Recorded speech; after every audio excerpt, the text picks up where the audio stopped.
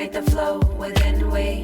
This is open source soul symmetry. Align to magnify the flow of divinity. Ladies and gentlemen, welcome to the Yoniverse, which is totally inspired by one of my favorite people in the world and great friend, Marja West, who I've had such.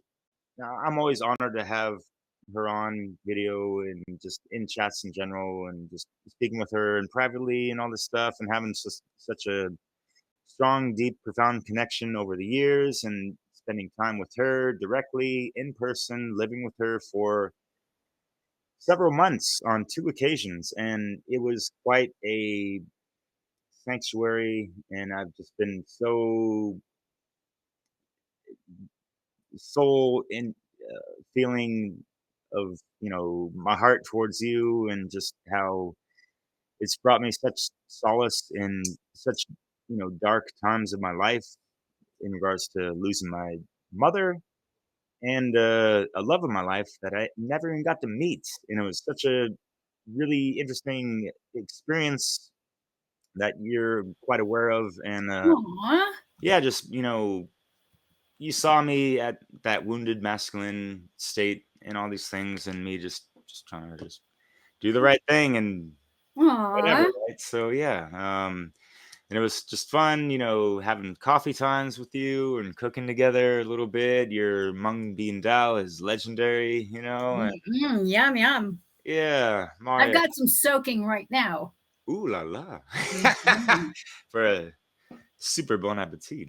How you doing, Mario? Indeed. I'm doing well. I'm doing well. Thank you for all that. And, I want to acknowledge you too, that while you were living with me, you were witnessing just how real I get, my struggles with the Scotsman, my struggles with just really trying to keep on the up and up with clients, with students, with the sort of waxing and waning of my energy and my focus. I don't have it all together.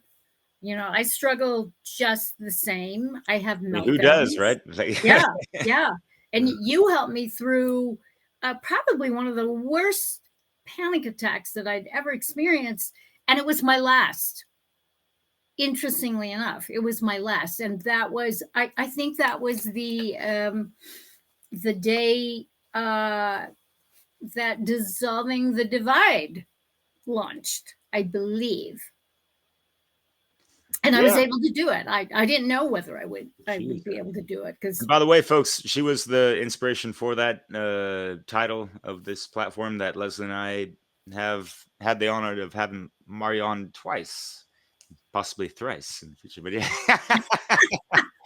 to counteract the conquer and divide bullshit, but not throwing too much yang up in that thing. Dissolving is kind of like, yeah, dissolving. It's the process, right? Yeah. feminine. It's the feminine way of Hmm. letting it go, rather than being directional, which is so masculine.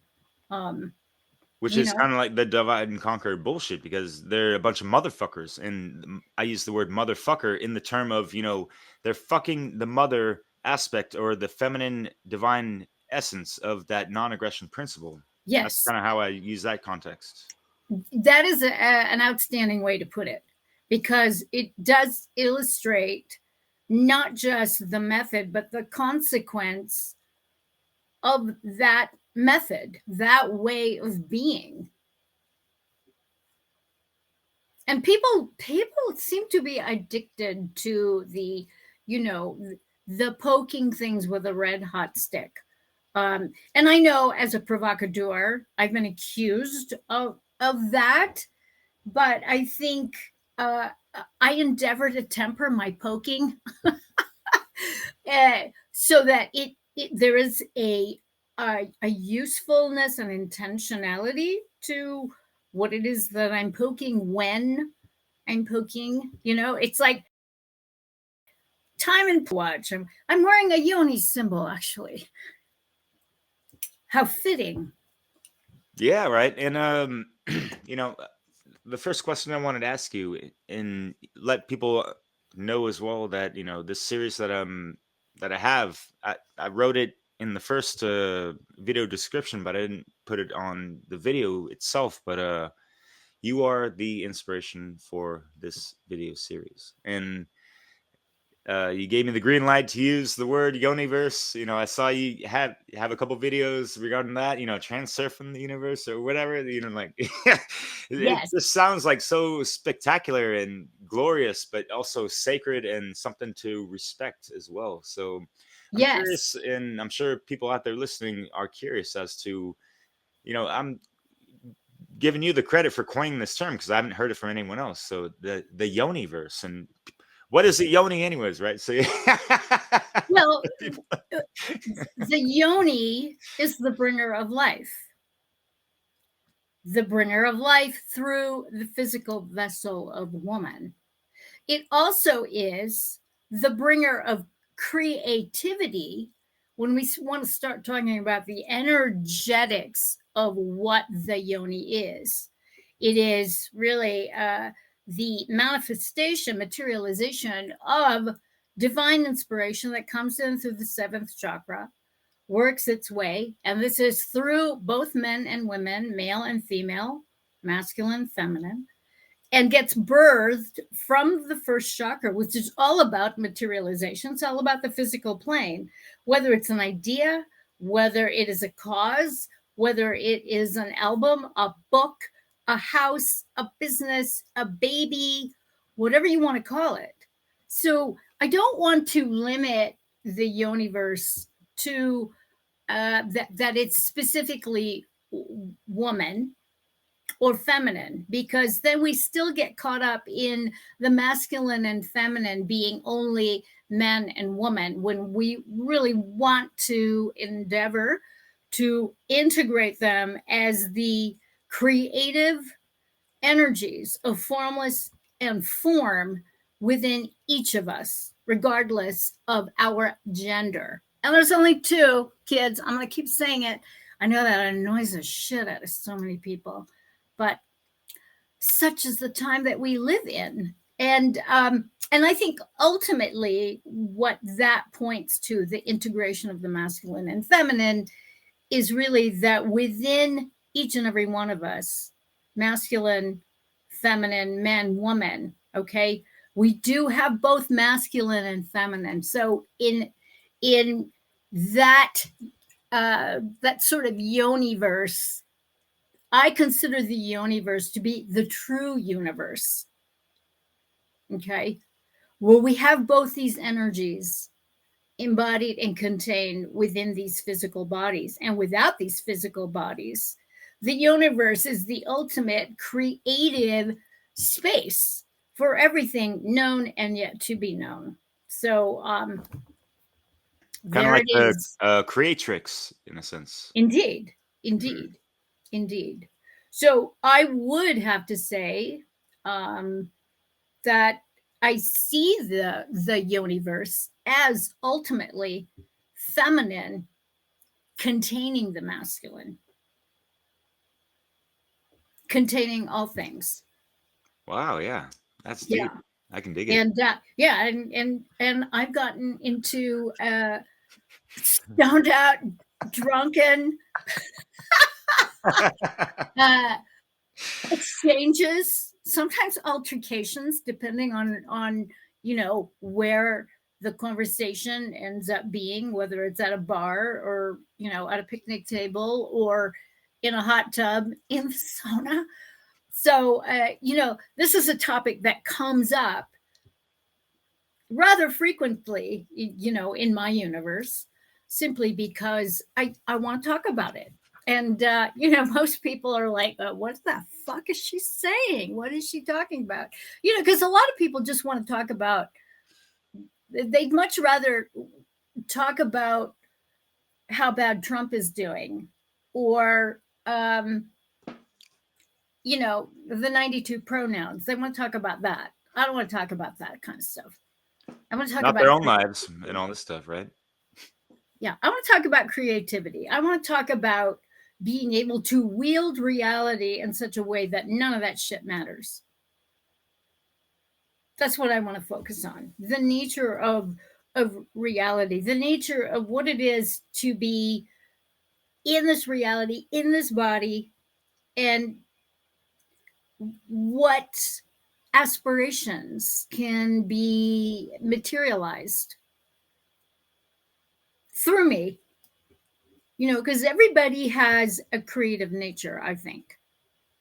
You people can deny it, they can say I'm not artistic, I'm not musical, I'm not, whatever. And that's really too bad, because for me, when I hear that, I see these people as really, embodying what the matrix, not the universe, but what the matrix is endeavoring to tell them who they are. And Like a only who cog they in the are. machine. Yes, and only what they can be, you know.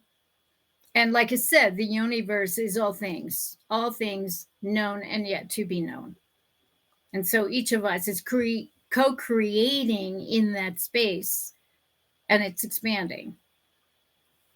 Yeah, and people create their decisions, they create their life based off their decisions and all these things. And the seeds that are sown and that they're going to reap later through their thoughts, emotions, and actions, all these things. Yeah, and yeah, the thoughts with the mental genders, the left and right hemispheres of the triune brain, yeah, and the neocortex, limbic, and R complex, those all need to be really mastered and balanced to really have someone Yes. being effective within the universe to really create something beautiful, and maintain that. Yeah.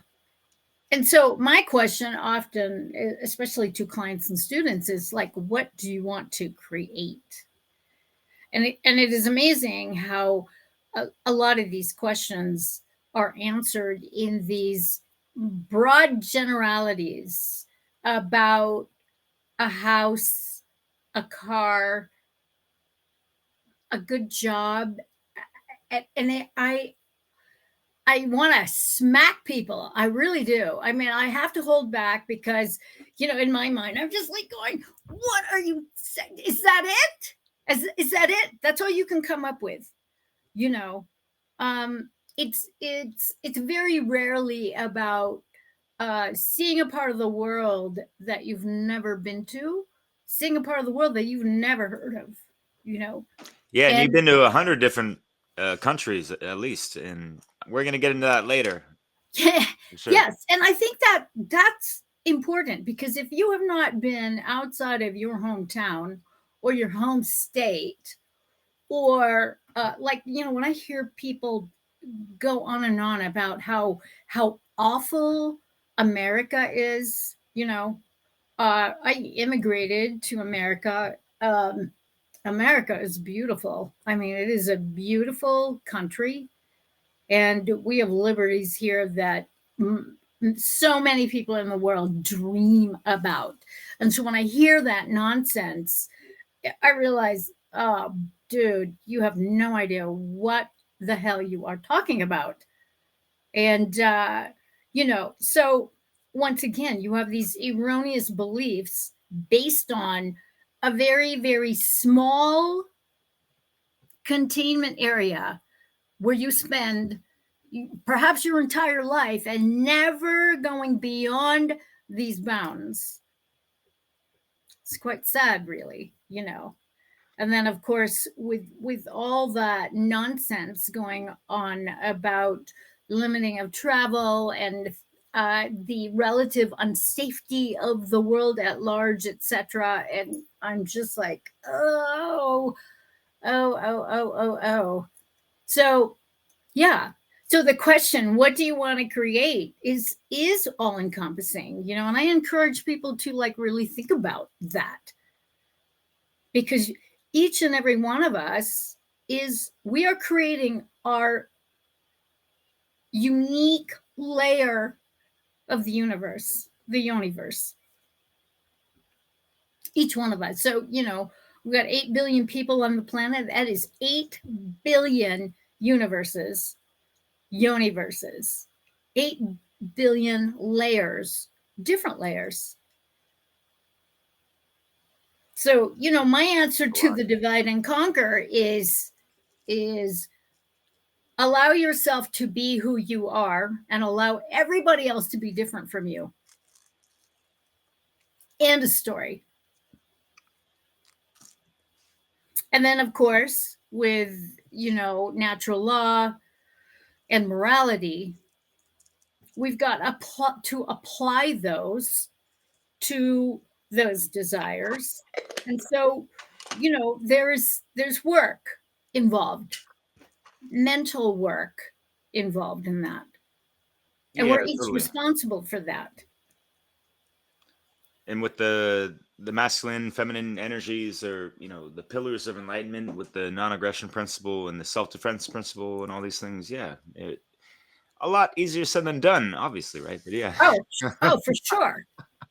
For sure. I Like mean, a I know. lifelong engagement, because interactions come and go, and like the dynamics are not always the same, and so we need Yes. to adapt and adjust and all these things, yet still hold certain, they're pillars. They're not supposed to fucking move, right? Yes. Yeah. Or So wait. you have to you have to intend in your life to be applying the long game with natural law and the principles. It's not a one-off.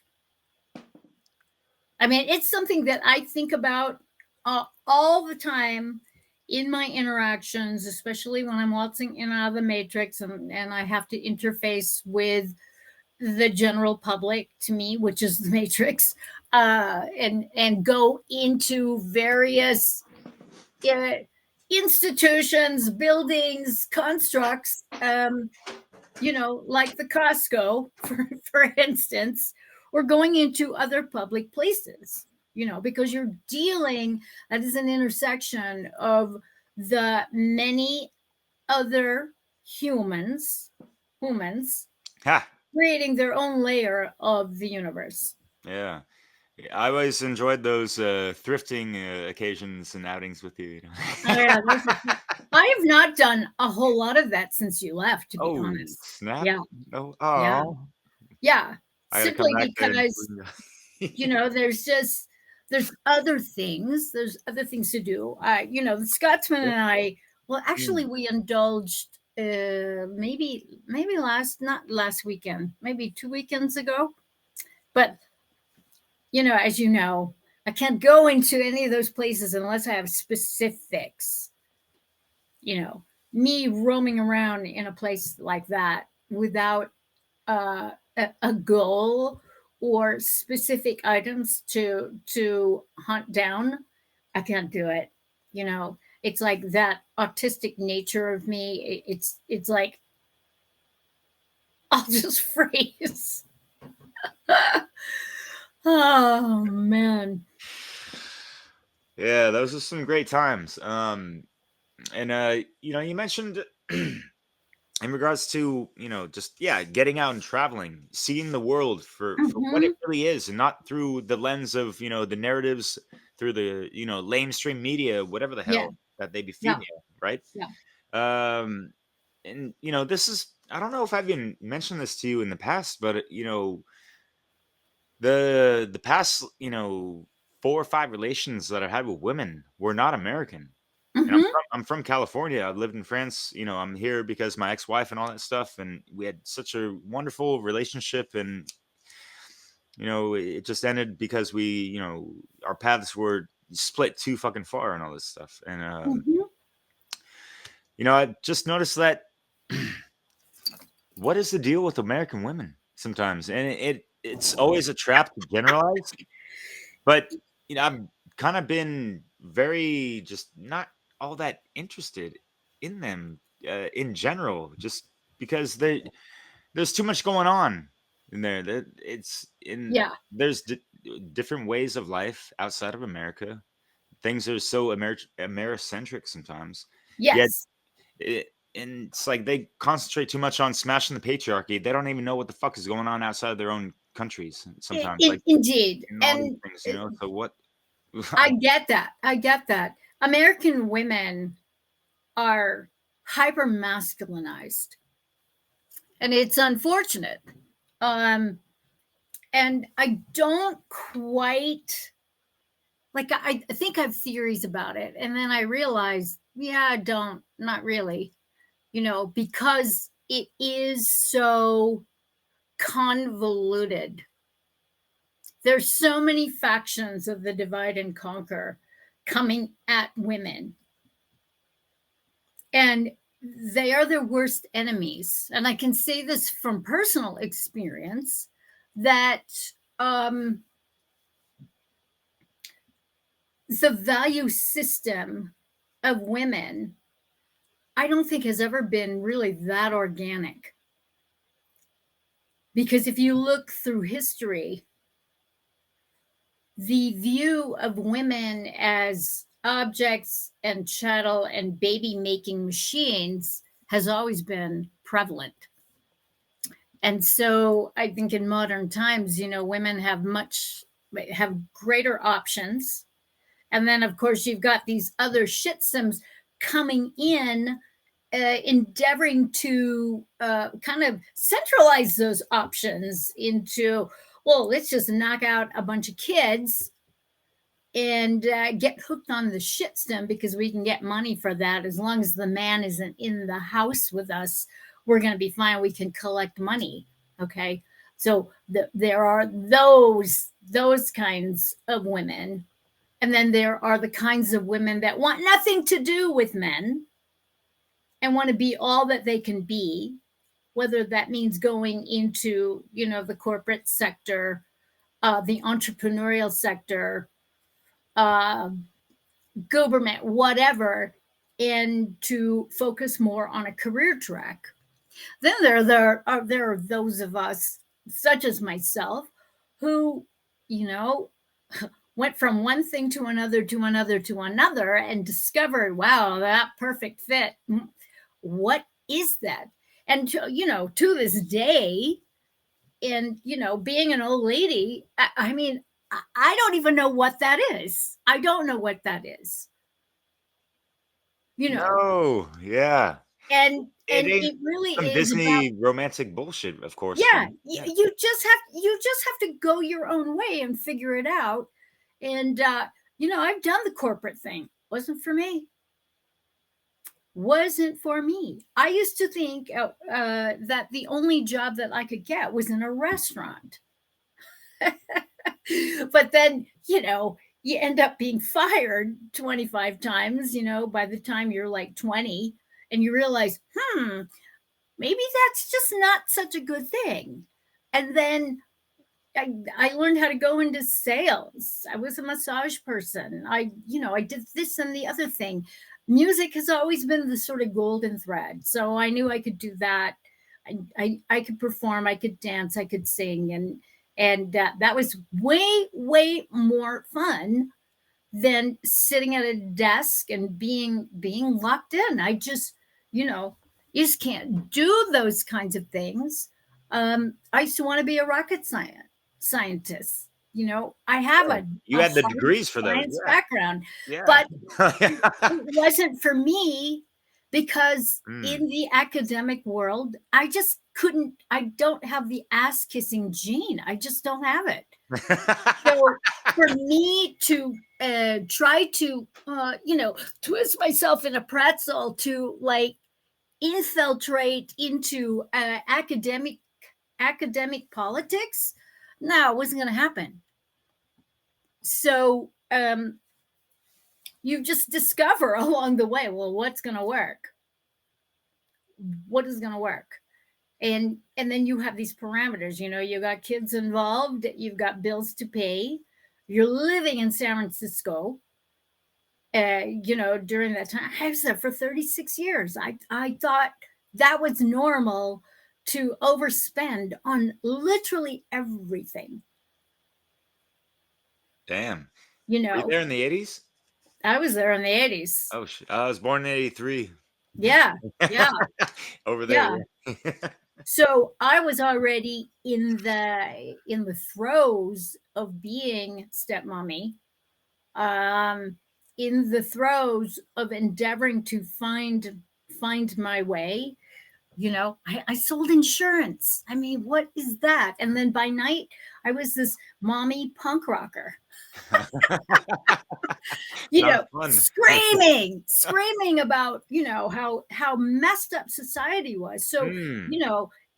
the anarchy was always within me, Ooh. Yeah. and that's something that I think as a young person in your 20s, you got to excavate all that. By the time my first Saturn return came, I'd I'd been divorced once, married again. Uh, you have these kids in tow. There's a certain responsibility.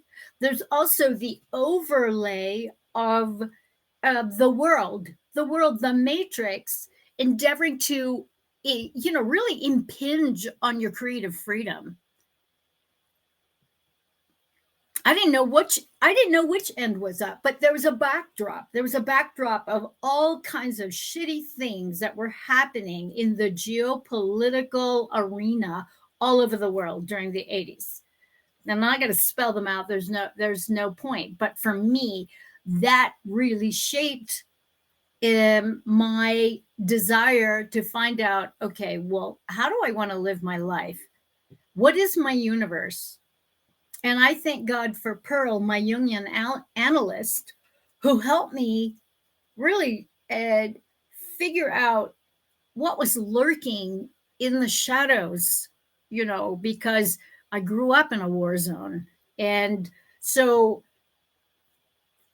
the process of healing that war zone, healing the parental abuse, the sex abuse, the physical abuse, the emotional, mental abuse, of the results of being raised by a man-hating psychopath who, in all appearances, had, perfect skin, perfect hair, beautiful beyond belief, super, super smart, but hella mean. How do you do that? And so the shadow work that happened in my mid 20s really led to a lot of the collapse, if you will, of the universe that I just assumed was mine, because I was going from this, that, and the other thing, really just kind of like flowing. And I didn't struggle much. I flowed into one thing after another, and really saw that each one of these stations up leveled my skill set in how to deal with the world and how to deal with adversity, how to deal with a shitty situation and making different choices, not succumbing to those situations and deciding, okay, I got to bust a move. I can't do this. So you stop what you're doing. You stop toxic relationships. You stop toxic work situations. You get in people's faces and you tell them no, even when you're shaking in your boots, and you take a risk. You do stuff you know nothing about, and you ask the universe for help. So, and that is pretty much, I think, my trajectory into my own universe is taking each step. And even when I was met with adversity, asking the right question about, all right, what do I do now? Asking for help. Help me, universe. I'm not liking this. Because how do we learn? We mostly learn through contrasting experiences. Yeah. And where's the deep experiences with people, at these younger ages? It's not really Right. there, and to, take the time to pull back from all these things. Yeah. Right. Yeah. And there was a lot of stuff going on at that time in the 80s. There's the AIDS crisis. I was married to someone who couldn't figure out whether he was gay, bi, or straight. And we're in the middle of an AIDS crisis, and I'm sorry, you want to bring strangers to our home? And I'm sorry, I'm not down with that. It's like the sexual revolution at that time had a lot of consequences. you know, and for those of people who think that AIDS was fake, fuck off. Sorry, I worked hospice. I saw what happened. You know, there was nothing fake about it. Damn. Can I rewind real quick? That progression. Yeah. So yeah, like during your even like before the Saturnian, let me rephrase this. How did you view yourself as a woman in the world before and after your Saturnian return? Well, you know, before I really wanted to rectify my fucked up childhood by making sure the kids who were in my care would never experience neglect, would never experience violence, would never experience an ongoing conflict, warring environment on a daily basis. So that was really my mission, and I deeply wanted to have my own children. Wow, you're really compelled to do rights. You know, a complete opposite to I what your really did. mother. I really did. Yeah. Wow. So there was that aspect. There was the mothering, nurturing aspect. Okay. And then there was also the sense of responsibility that I had on my shoulders to make sure that my husband, who was the artist, was able to do his art. So I was always like, I've always been great at making money. Making money is not a problem for me. I don't think about it. You know, it just kind of happens, you know, and I'm well connected. One of the things that I have to pride myself in, and this came as a hindsight, you know, because recently I was diagnosed with autism, and so the experts are all saying you've been autistic all your life, and of course, when you grow up in the 60s, the whole autism thing for girls was a mystery because it was seen as a boy's affliction. So for girls, I came off as shy, but if you pushed me, I was also a performer because I excelled in dance, I excelled in music, I excelled in mathematics. So I was just like this sort of savant-ish geeky person. But because of my violent upbringing and the abuse, I learned a lot of the sort of social milieu and decorum, and I mimicked through not so much television, but I had really, really cool neighbors with fantastic women who had their shit together, who were beautiful, nice, kind, very encouraging. So I had support, you know, I had the craziness in my household, but then I could leave because she didn't want to deal with me. So I could leave the house at any time and be with other people, be with neighbors who were intellectuals, who were artists and other performers. And so I just felt that I had like this outlet. So I learned how to model my behavior after these women. And I think that is an important aspect to have. You need to have mentors. So I imitated these women.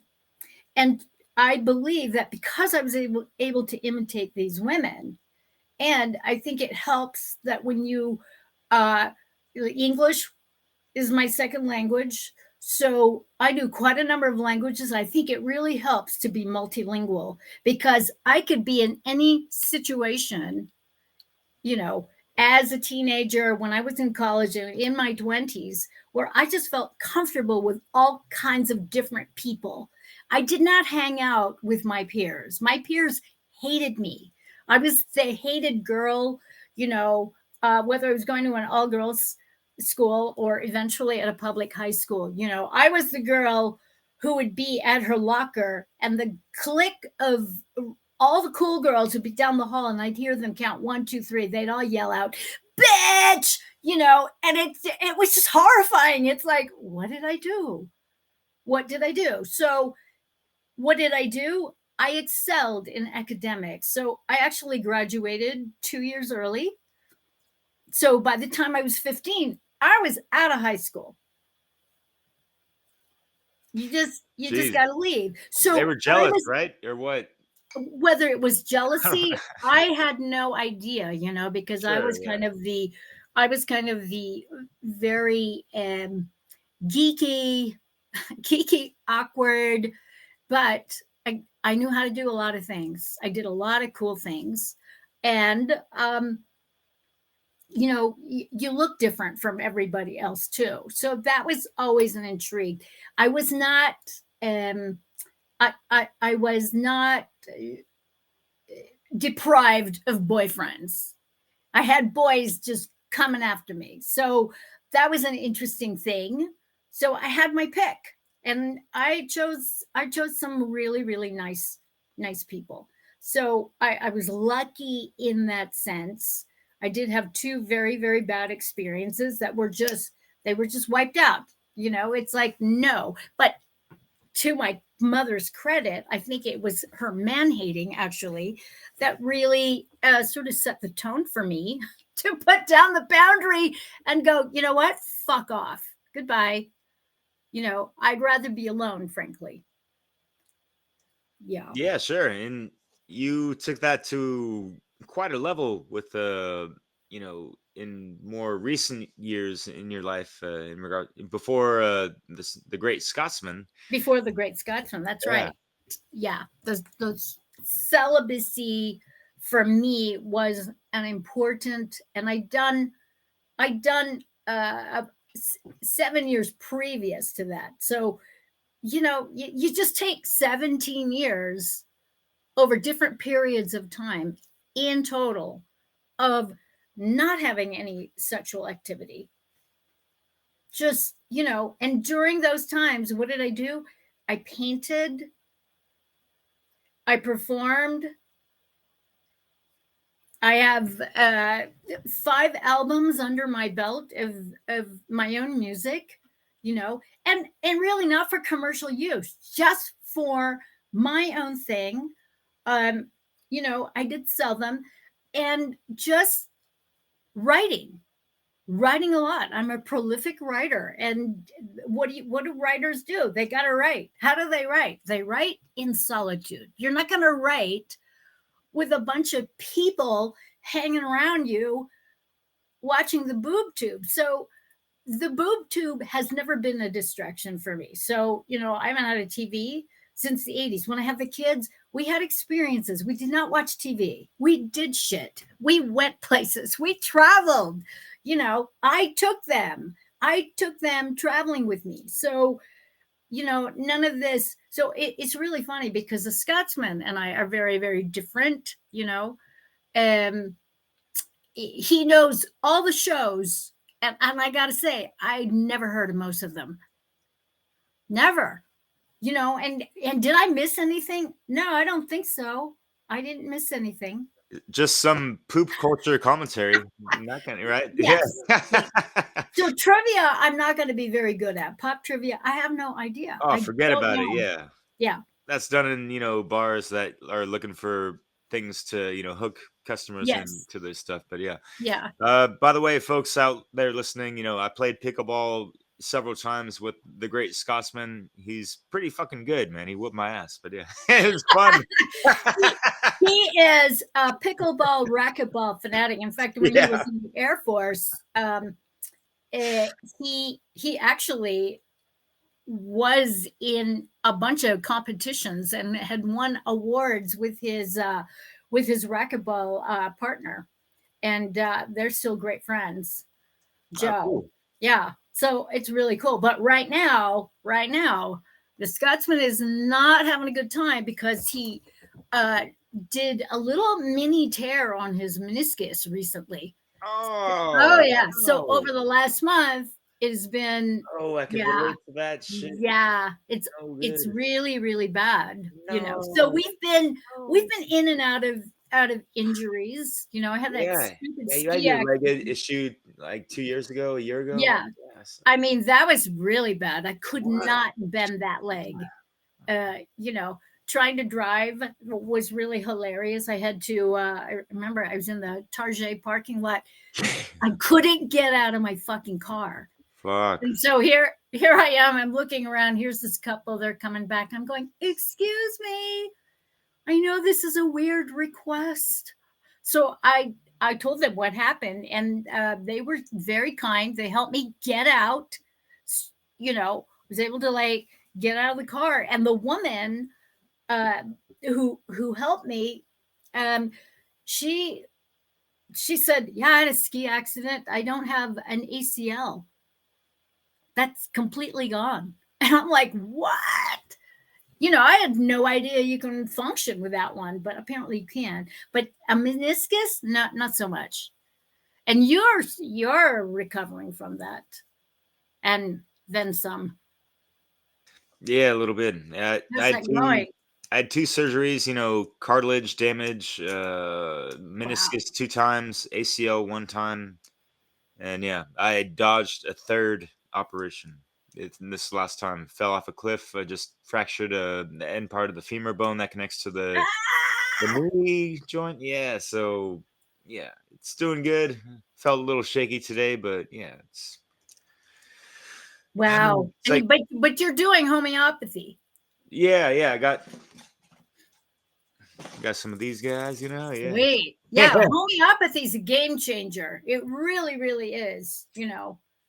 I've used I'm it using for this. decades. Not only for the meniscus tear, but for like, look at that thumb. This thumb, and this is from the overuse of the violin, the guitar. I have small hands, so I have to. I cheat a lot with my Oh, thumb damn, yeah. playing bass. Damn. But this has been like really sore here, this nodule. So Oof. I can so I played the guitar the other day. It's really good. The Ah, bass is yeah. a little too heavy. Mm. But I've been able to play the piano, but I can't bang the keys. No, That really? Oh.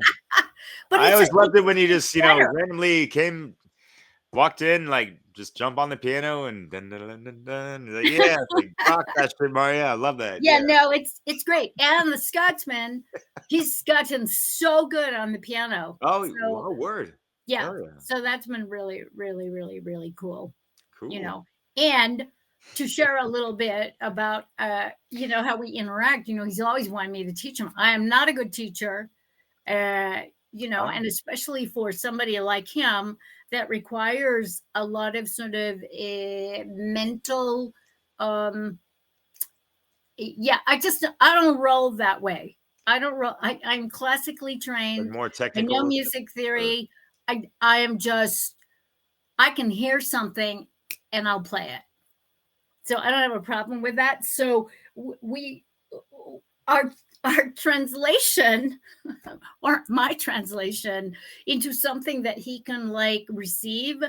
Yeah, it's been a little bit of a shit show and a little bit of a challenge, but we're working through it. So these are some of the things that we got to do, but we're not fundamentally at each other, you know. right, and are you guys able to, like, make it somewhat of a romantic experience Yes, sometimes? yes, Good. and we've Ah, yeah. we've discovered we've discovered Yes. certain gummies Oh, yeah. that enhance that experience. Yes. It's awesome. It's Yeah. awesome. Yeah, I'm kind of an edibles kind of girl. I like it. Right on, right on. Yeah, yeah. It's just it opens up a kind of and especially for my autism, because I tend to get very yeah, kind of like narrowly focused, but to just allow that to just open up, and it allows him to open up. It's been better. It's been better. But see, these are part of the components of my universe. What is it that I need to feel like I am living a fulfilled life? Okay. And one of the things, and I think you have witnessed the struggle with that, is how much time do we spend together? And it's been in the last, I'd say, a year, 6 months to a year, that I realize I'm the one that needs more space than he does.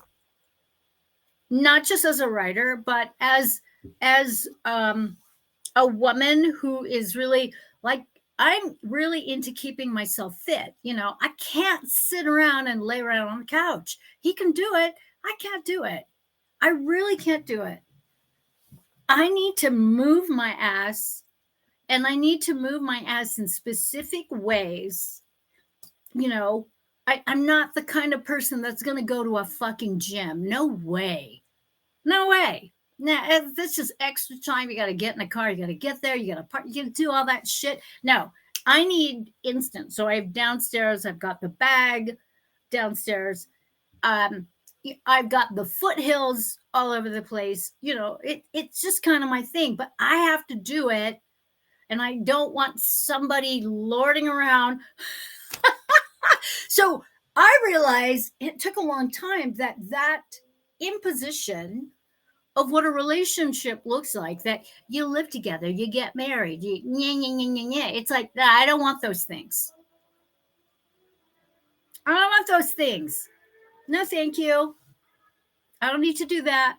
I have my own house, and my house is not lit up with Siri or Alexa. So, that's a factor.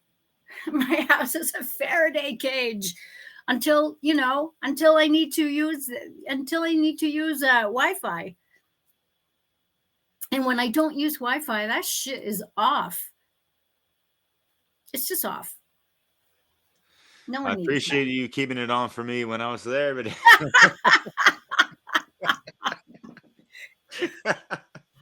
Well, I've got my room Faraday cage, so fuck yeah, you do. Yeah. Yeah, that's dope. And that's good. Yeah, you brought up something really interesting, and I'm kind of going through it with my lady myself, and just feeling good that, but not always. It's like, geez, it'd be so great to. It's like we don't get to spend time, sleeping in the same bed ever, right? Because Mm-hmm. the Aw. wedlock situation and all that stuff, right? So yeah, it's just one of those things that I miss, when I was married and stuff, just having that Mm-hmm. divine feminine essence in my presence, like on a daily basis, like wow, like living the dream type of thing, and Nice. just having that energy for her in whatever kind of motivation that just comes from that heart based intelligence that of the woman that I love, Mm-hmm. like Yeah. cooking for every single day and all these things, and it's just, just it was a beautiful form of I don't like to call it work, but it's like it's just activities that we have to do, like tending to the daily Yes. tasks, Six like house doing the stuff. laundry and all this, all these things, right? Six house stuff. Yeah. That's great. Christopher and I are very good. We are. We've got aspects in the sixth house of our astrologies. Our composite, where we get along really, really, really well, and that's where we can be together. With music, cooking together, gardening. Going to all of the places that I don't want to go. But it's easier when he does it because, we're both focused. We're not there. Like, we don't go to Costco and meander up and down the fucking aisles, man. There's a list. I know where they are. He goes, I go. We meet up in the cart and we get the fuck out. None of this meandering shit, because I personally cannot do it. I can't do it. It's too stressful for my nervous system. And so and that's part of creating your own universe is honoring your sensitivities and not putting yourself in situations that are going to stress you out or that just, really don't uplift. Yeah, and I remember we we had a couple chats about this and stuff, and it might just be the yang up in my thing in regards to yin yang, masculine energy of just Yeah. like, well, shit, like, yeah, this is kind of like a dead zone of, just like lower base level consciousness bullshit, like if we go up in there, let's light this shit the fuck up type of, you know what I mean? Yeah. Like, Yeah. No, I I don't want to get let that that. shit affect me, but I want to effectuate, positive change in that realm type of Yeah. thing, Yeah. It's not an Mhm. easy task, but yeah, it's just, I don't know. I find a fun motivational energy towards it sometimes. And like, I'm at work, I work today just at a beach cafe type of thing. And, just people just coffee type of stuff. I was talking to my coworker about Hermes Trismegistus and that kind of shit. And it's like, yeah, like, Nice. yeah. And, just having a good energy that people can see and witness on a daily basis feel makes little differences, regardless of how people can take that or whatever. But Yeah. Yeah. Yeah. just witnessing people doing right things and not being a fucking dick or an asshole or whatever the fuck or acting out because the workplace is stressful, whatever. It's like we're all human, right? Yeah. Even if we have Indeed. certain labels and jobs and all this stuff, like. But hey, like you have needs. You came here because you're hungry or thirsty. That's cool. Whatever. Like I want to facilitate that to the highest, best of my abilities and what we have available and all these things, Right. and have you leaving with a smile on your face and all this stuff in a genuine way, not the bullshit manipulative, lamestream Right. To corporate. to be kind and genuine. Yeah, yeah. See them for who they are, like eye to eye contact and all these things. Yeah. Yeah. Yeah. Well, good for you because Oh, it does make a difference. I think it does. I think it does. When I was a shitty waitress, I was not a shitty waitress to be shitty. I was a shitty waitress because at that time, in the 70s, uh, there was not this evolved respect for women at that point. Mm. Okay. So men got very handsy with me. And they felt entitled to do that. And then of course I had certain jobs where I'm sorry, I'm wearing a French maid's outfit. I got my tits pushed up to my chin. I'm wearing a short skirt with garters, hose and garters and spiked heels. What the fuck else am I supposed to be there for? You know what I mean? And that was just sort of a given. That was part of the job. I was there to solicit drinks, look cute, and serve them up. And it was just such a strange time because for a while I just kind of went along with it, and then I just started getting bothered. It's like, really don't want your greasy hands on me. Don't want it. I don't want to hear it. And so, as a martial artist, I started getting belligerent right back, and I would give the guys warning. Please stop. Don't do that again. You had 3 chances. And then that was it, and I would just say, on your face or on your ass. And they'd look at me like, and I'd just go, too late. And however it ended, whether they were on their faces or on their backs, usually with my knee in their Adam's apple, I was going to teach them a lesson, So this Have you is the studied kung fu? evolution of my universe, my universe. It's like, okay, how much of this shit am I going to take? And Yeah. it's fun. And there's some guys where they do it, it's innocuous. But there are some guys when they do it, you want to fucking throw down. And I would ponder this. It's like, why is it I let that guy do it, but this guy, I want to fucking take him out? Why? Was it the energies around them that, kind of... Was definitely the more drunk they were, the more belligerent they were, the more entities they had around them. So there was a big Yeah, difference, you know. totally. Some Yeah. guys were just cute and flirty, and the way like there's certain ways of manhandling. There's super aggressive, where I've had men actually just pick me up, sit me down on their laps, right on their hard-ons. It's like, wow, thanks for that. Yeah.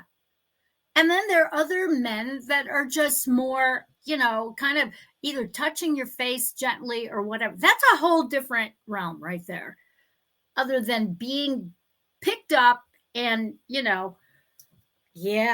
brought down on some guy's lap. Like, Jeez. Wow, does that work for you? Is that some kind of self-entitlement that they got going on or whatever? I think with the men of that generation, yeah. And the men of that generation at that point, like thinking how old what I was, that's probably the men who are in their 70s and 80s now. Oof. I got you. Yeah. Yeah. It was like this, I can kind of get away with this type of vibe or something. Yeah, indeed. But the men, I'd have to say the men in my generation, though,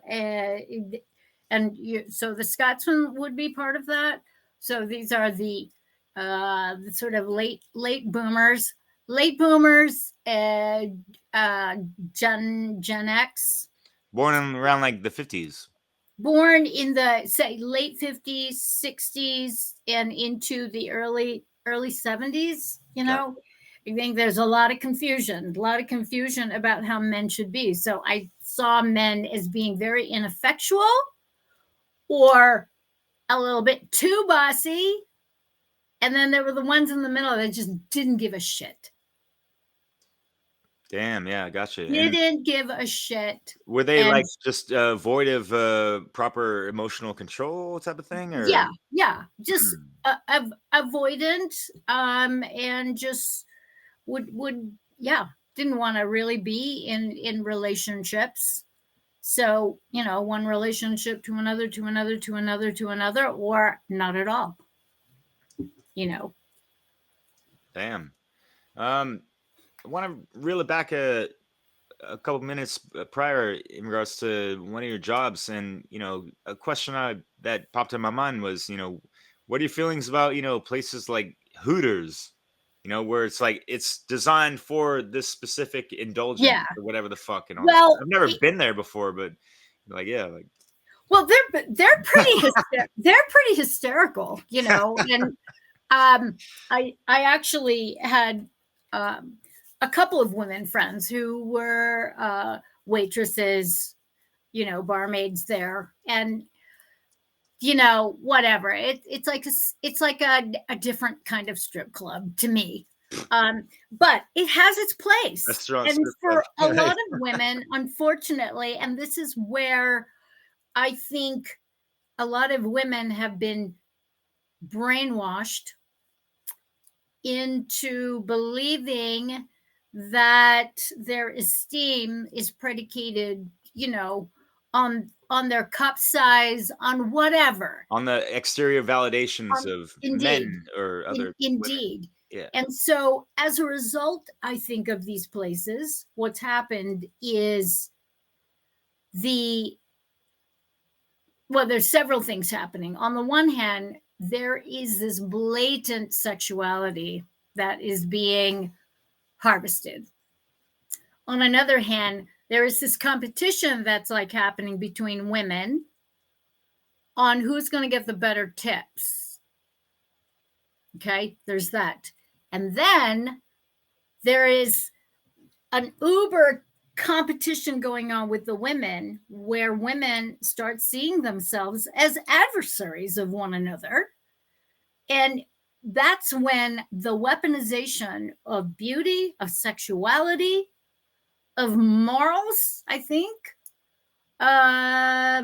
starts to set hold. And this is where a lot of men, I think, depending on where you are as a man, because there are the rare men who get all the booty and all the women, and there are the guys that are trying their best to just, you know, be in the same room without being crestfallen and wanting to go hide under a rock, right? So that polarity, I mean, it just, and I have witnessed this shit, and I'm just like, wow, this is just like creepy. It's very, very creepy. But, you know, when we're talking about the weaponizing beauty, why do we weaponize beauty? Why do women do that? They do it for financial reasons. Yeah, it's manipulative, right? Yes, yes, it's manipulative, and there also is that that whole quest, or that whole the whole hypergamy universe of women wanting to marry up. They want to marry the best, the biggest, the baddest, the one with the most toys, the one with the most money, you know. And I'm sorry, those guys are assholes. A lot of them are. Most of them are. Not all of them. Okay. And then the guys that are like nice guys, the women don't want them because they don't have those qualities. So there's Yeah, been the this. nice guy, they're always going to lose because, nice is, foolish and childish and all Yes. these things in the etymological terms. So yeah, they're Yes. kind of like, yeah, they have their own, insecurities and all these things, hiding away in, the white knighting bullshit and all this stuff. Right. Yeah, Right. forget Right. about that. Yeah, Yeah, but red flag.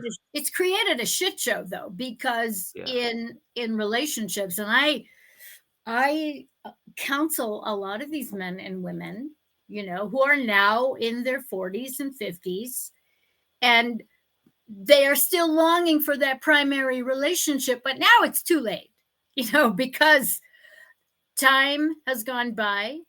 No one looks as good as they did. All these people have this incredible emotional relationship baggage from all of the horrific interactions, and poor choices, you know. and Um, with the lack of alchemizing those experiences, possibly with Indeed, the shadow work and indeed, all you these things. know, Like, yeah, indeed. So no. many women chasing the bad boy over and over and over and over again with the same result. The bad boy is going to go for the next one, always. Yeah. So what's the deal with women? Having these proclamations of, we need the triple six in the mix, six figures, 6 feet Yes, tall, and and a six pack. that's part of the hypergamy You know, realm, is that, you know, the women, they compete. So, you know, there's all the fakery, the enhancements, you know. I'm actually working with a woman who doesn't mind that I talk about her. She actually likes it. She can tell my name. You can give them my little TikTok handle. I'm like, no, I'm not going to do that. Jesus. But, you know, she's an OnlyFans person. She's in her early 30s, and she is, by all the standards of that world, she's a hag. She's a hag. She brags about her high body count. I go, I'm sorry, you're gonna tell a dude that? I don't think the dude's gonna go there. So that's a whole other reality where, when I hear it, for me as a mom and a grandmother now, I'm just like, it freaks me the fuck out. And it's not about judgment. It's more, for me, the energetic backlog of toxicity that is running through her tissues. And that is exactly. not a judgment, it's a fucking fact. Well, yeah, because this is something I wanted to delve deep into with you in regards to how women have, two hearts, one within our yoni and one that we all have up Yes. here, right? And Yes. so when women, the divine feminine essence is that receptive energy. And so they are receiving, that, conscious energy of, whoever they're sleeping with and all this, Yeah. and Or whoever the they're walking unconscious with. energy. Yeah, right. Exactly. Yeah. So It's mostly unconscious, unfortunatately, yeah, because really unfortunate. Yeah. that process, and there's a general process and it's different for everybody, but I can only speak for myself, which is why I did those celibacy practices Voila. Yeah, exactly. Yeah. where Like, I'd had clean your enough. field out, right? I'd had enough. And for me, Yeah. Like I consider myself to be a good girl, relatively speaking. I mean, I've done all kinds of shit, but I haven't done 3/4 of the shit that I hear. I'm just yeah, like, holy right. crap, man. I was just too busy. I was too busy doing my life, basically, not focusing on what kind of dick I was going to get, you know, or how much Right. dick I was going to get in one night. I mean, Jesus, the language is just so, it's like, so what? And these women are not sex workers. They're not. Yeah, yeah. It would be a different thing. I mean, if and I have friends who are prostitutes. So, whatever floats your boat. And they're very conscious about what they do and very conscious that all of them have taken my energy kung fu mastery course. So, they're very astute in terms of managing their energy and protecting themselves and keeping things clear. But these other women, I mean, they're lost, in my opinion. And hopefully they will wake up, because in as much as they want to brag about body count, in as much as they want to brag about the so-called gifts that they get from these temporary relationships, the bottom line is that the sadness, the grief, it's written all over their faces. They cannot fool me, because at the end of the day, they're lonely. They're asking themselves, well, what the fuck is wrong with me? They feel like time is running out. Okay. They're starting to sag in all the wrong places. I mean, just on and on and on. And what they want is that they want that one man that is going to care for them, hold them, adore them, love them unconditionally, make a life with them, and take care of them. Yeah. However, the default of, take care of me. If you want this, then you better make blah, blah. I mean, the lists are like really just something else, and Yeah, but I've if been those on these conditions are forums. toxic, why would someone want to be unconditionally in love with someone that can have, conditional toxicity or, bullshit, Yeah. Yeah. manipulative stuff? No one's done the shadow work, unfortunately. And that's the sad part, because the only way they're going to hit the wall is when the pain really catches up to them. And that pain, unfortunately, I've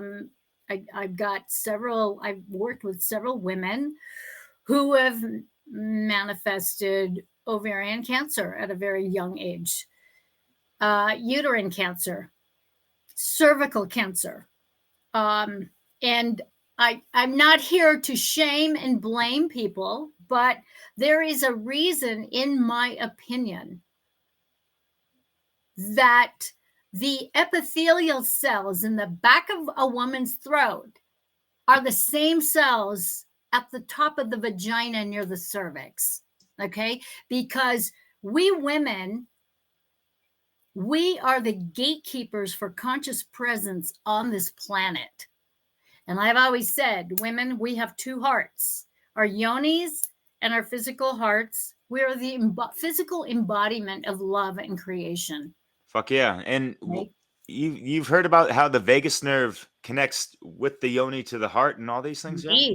Indeed. Yeah, cool. And that is that transmission that a lot of women try to deny. They try to deny. And I've heard women talk about this, at least, on these forums that I've been on, and I've been on so many of these podcasts where I don't even know why I'm there, honestly, because I'm like, well, I guess they had to include grandma. And so I'm there and I'm listening to this, and I hear the pain. I hear the pain in these men and women. They are longing for partnership. They are longing for the beloved. And they're searching for the beloved in the most treacherous ways. What ways are those? Yeah, I mean, just it's not funny, but yeah, just the over the top physical, violent, sex, friction sex. Okay. Now I know a lot of people are like going, well, isn't that what it is? The phallus and the yoni, it's friction. Actually, no, it's not. it's And for more all like of you fluid, out there, right? men and women who think the in out, in out, in out is all about friction, it is not. And if you think it is, you haven't experienced it. And that is unfortunate Experienced what? because You talking about like actual true love love making? true love making. Exactly, not just sex, right? Yeah. It's not sex. It isn't. Boom. It isn't sticking something in somewhere and Masturbating inside of it or whatever the fuck, right? Yeah. through friction getting yourself off, because then you're just, I'm sorry, men who do that and women who allow that, they're just masturbating in your vagina. That's it. They're not connecting with you. There is a certain magnetism, and that's a thing. Men have two minds, their brains and the heads of their penises. And the penis, in its higher state, okay, is the sword of truth. And that sort of truth has to be purified of lust. It's got to be purified of all the shadow work in order to be purified. Purging all the porn bullshit and all that stuff, right? Not just the porn, but course, all the shit that he has taken on from all the unconscious sex he's had with numerous women. Okay. Because the energy exchange when we have sex, it is substantive. If you don't think it's anything, you're kidding yourself. You are lying to yourself. You just don't have enough self-awareness to get it. Yeah. I'll tell you, I'll share a quick story because like making love to my woman, it's great and stuff. And I try to make an effort to give her an orgasm before I actually go inside her. And after I have mine, she wants me to still be inside her, and we're just like chilling. We might just have a conversation and stuff. I'm just laying on top of her. It's just like, it's so beautiful and intimate and stuff, and just being able to just like caress her, and it's just like the best hug you could have in your life. And that is a beautiful thing. That is a connection, not this transactional shit. Well, let me get inside you. Let me friction sex you. I'm going to come and I'm just going to pull out. And I'm just going to move on with my day. It's like, oh, I'm sorry. It's so god awful. And I can't imagine, like, when you have enough of that kind of bullshit, it's like, why bother? And I've hit that place where it's like, I could do without this. But what's the point? What is the fucking point? I can do it better myself. Fuck. All right. To follow up on my story, because apparently I've been the only man in her life that she allowed to have, proper intimate intercourse in missionary position, which I thought was just like the basic rudimentary position, right? But she was, kind of almost like repulsed in a sense with other men to do that. And so I'm just curious, what would, and she doesn't really have a proper answer. She doesn't really know why that is and how it's different with me. Yeah. And I'm not trying to act like I'm all special and like ladies man or whatever the fuck, Well, once again, you have your consciousness has opened her to that level of being seen, that level of being met, that level of being penetrated. And a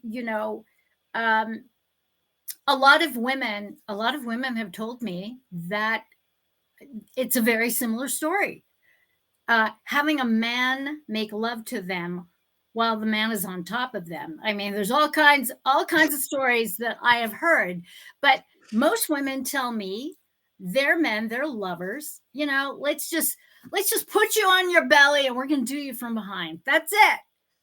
It's the one trick pony, or as oh my God, I have this friend Maria, and unfortunately Maria doesn't talk to me anymore, but it would be a fun conversation because she she would just tell me on and on and on about one lover after another, defaulting to lazy man sex. And I'm like, what the fuck is that? Oh, it's just like, being on your left side and your right side, the guy doesn't even have to look at you. You could be anybody. And I'm like, oh, yes. Yes. It's like, Jesus Christ, guys. Yeah, the intimacy, the eye contact, that means so much. Yeah. Right? Yeah. And what I say is that we let them do it. Yeah. And whether boundaries, it's some kind of guilt or shame that's being triggered and enacted, or that guilt and shame is a default, so that you assume the position. And the other thing too, because I've worked with so many survivors of trafficking and sex abuse, assuming that position quite often is a trauma response. So there is that to consider. Fuck yeah. Yeah. Jeez, yeah. Yeah, and this is something that people listening out there should take into consideration, and be gentle with your partners. They haven't told you their whole life stories and all this stuff. You don't know what the fuck is going on in their subconscious mind that could be projecting, just their ways of interacting with you. Yes. It could be non-verbally or whatever, right? Yeah, it's indeed. And that is something to consider. Now, I know I've been, kind of all over the map here, and I don't want any of the viewers, anybody listening and watching, to think that I'm, some huge judgy biatch from hell, because I'm not. I'm not. A lot of the work that I do with survivors of trafficking, sex abuse, men and women who have chosen to leave the sex industry. I actually have 2 students right now who are former pornography stars who are endeavoring to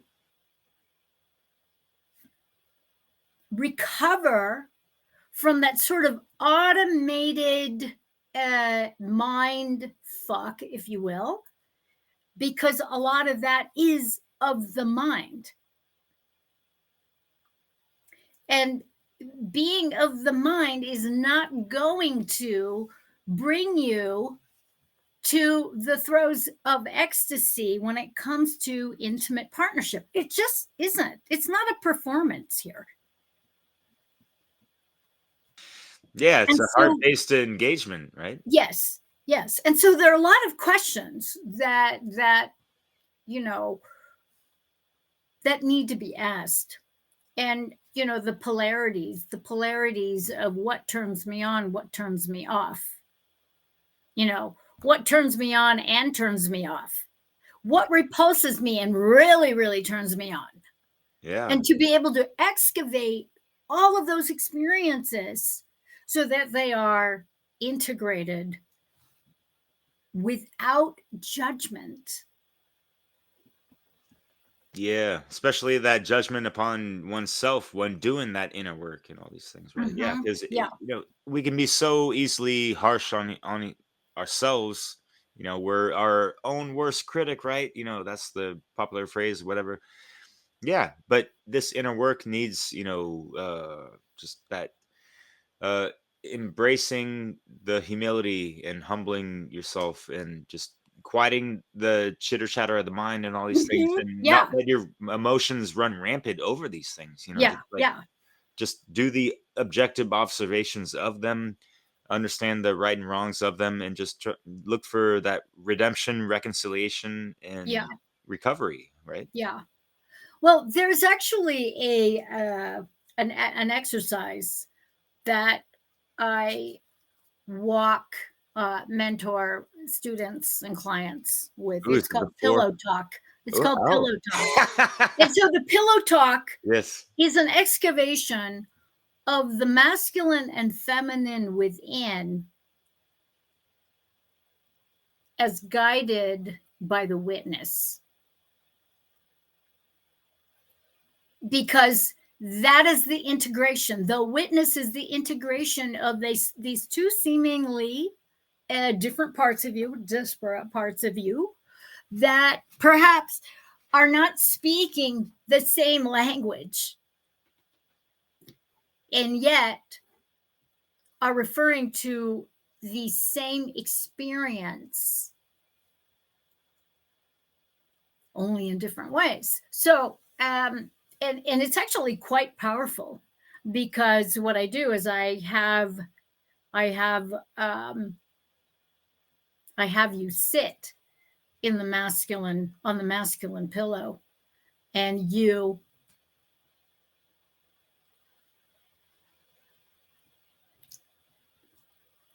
express your experience as the masculine. Yeah, all that logic and thinking and all those. Yeah, whatever it is. And then the feminine does the same thing.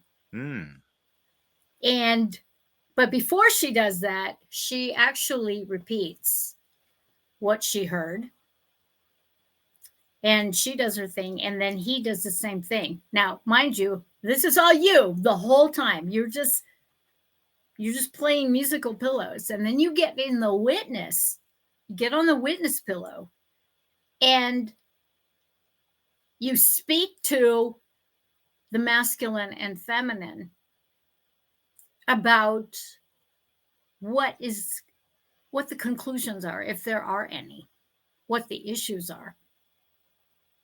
And it's pretty powerful stuff. And a lot of people freak out. They don't want to do it. I've had pillows thrown at me. Even on screen, I've had pillows thrown at me. No way, really? Oh yeah. People get pissed. Jeez, yeah. Because it is essentially an excavation of the, There's of the some inner catharsis screen going on in there, yeah. of the inner screen of reality. Yeah, there's catharsis going on in there sometimes, yeah. Indeed. Oh yeah. Yeah. Shit. A lot of That tears. was projected towards you a couple of times. So, but... a lot of yelling. A lot of people, well, fuck you. Okay. All right. Okie dokie. We'll try another time. Yeah, right. Yeah. And yeah, it's great. I love your demeanor, Marja. Like you just take it as like, whatever. I know myself. I'm motherfucking bikini birch tree goddess up in this bitch. Don't worry about me. I know myself. You don't, and you're having a hissy fit and you're projecting some bullshit on me. Take a time out. Let's get back to it another time or whatever, right? Yeah. Well, it is.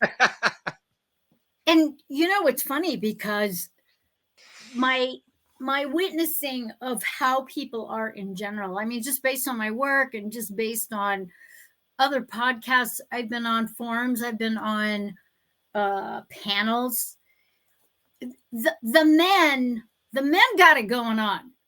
They really do. I really, yeah, spasiba.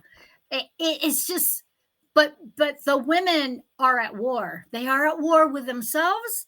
They're at war with one another. They are at war with men. And this is the gynocracy. Honestly, this is the gynocracy. We have reasons to hate men, white men. We have reasons to hate you, I mean, just on and on and on. And it's because there is no integration.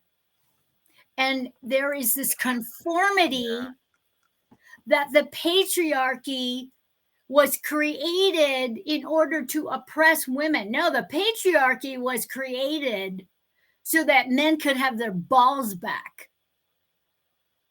Yeah, because the gynocracy is ancient as fuck, and you've delved into Indeed. this and spoken about this, dozens of times in videos in Indeed. regards to how, yeah, men or women, in ancient times, hid the actual makings of how a baby is born and all these things, and Yeah. so they were kind of They kept hid in the their dark. menstrual periods and pretended they were above The men. magical, unicorn. Yeah. Yeah.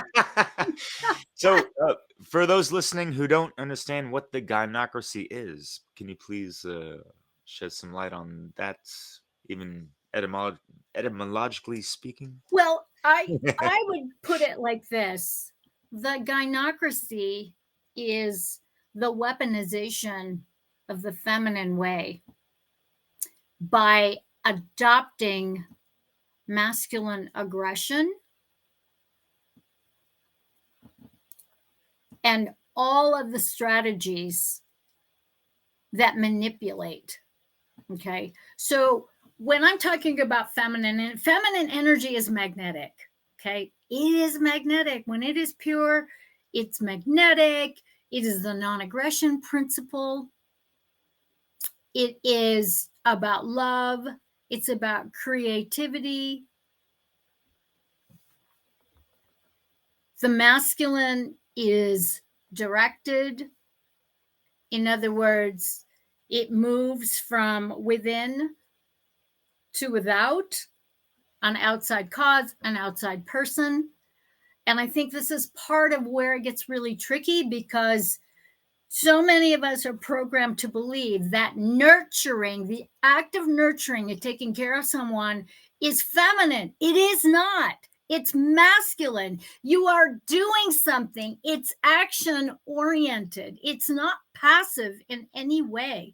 And the reason why women get pissed about it is because they're constantly giving. Giving is the masculine principle. Receiving is the feminine principle.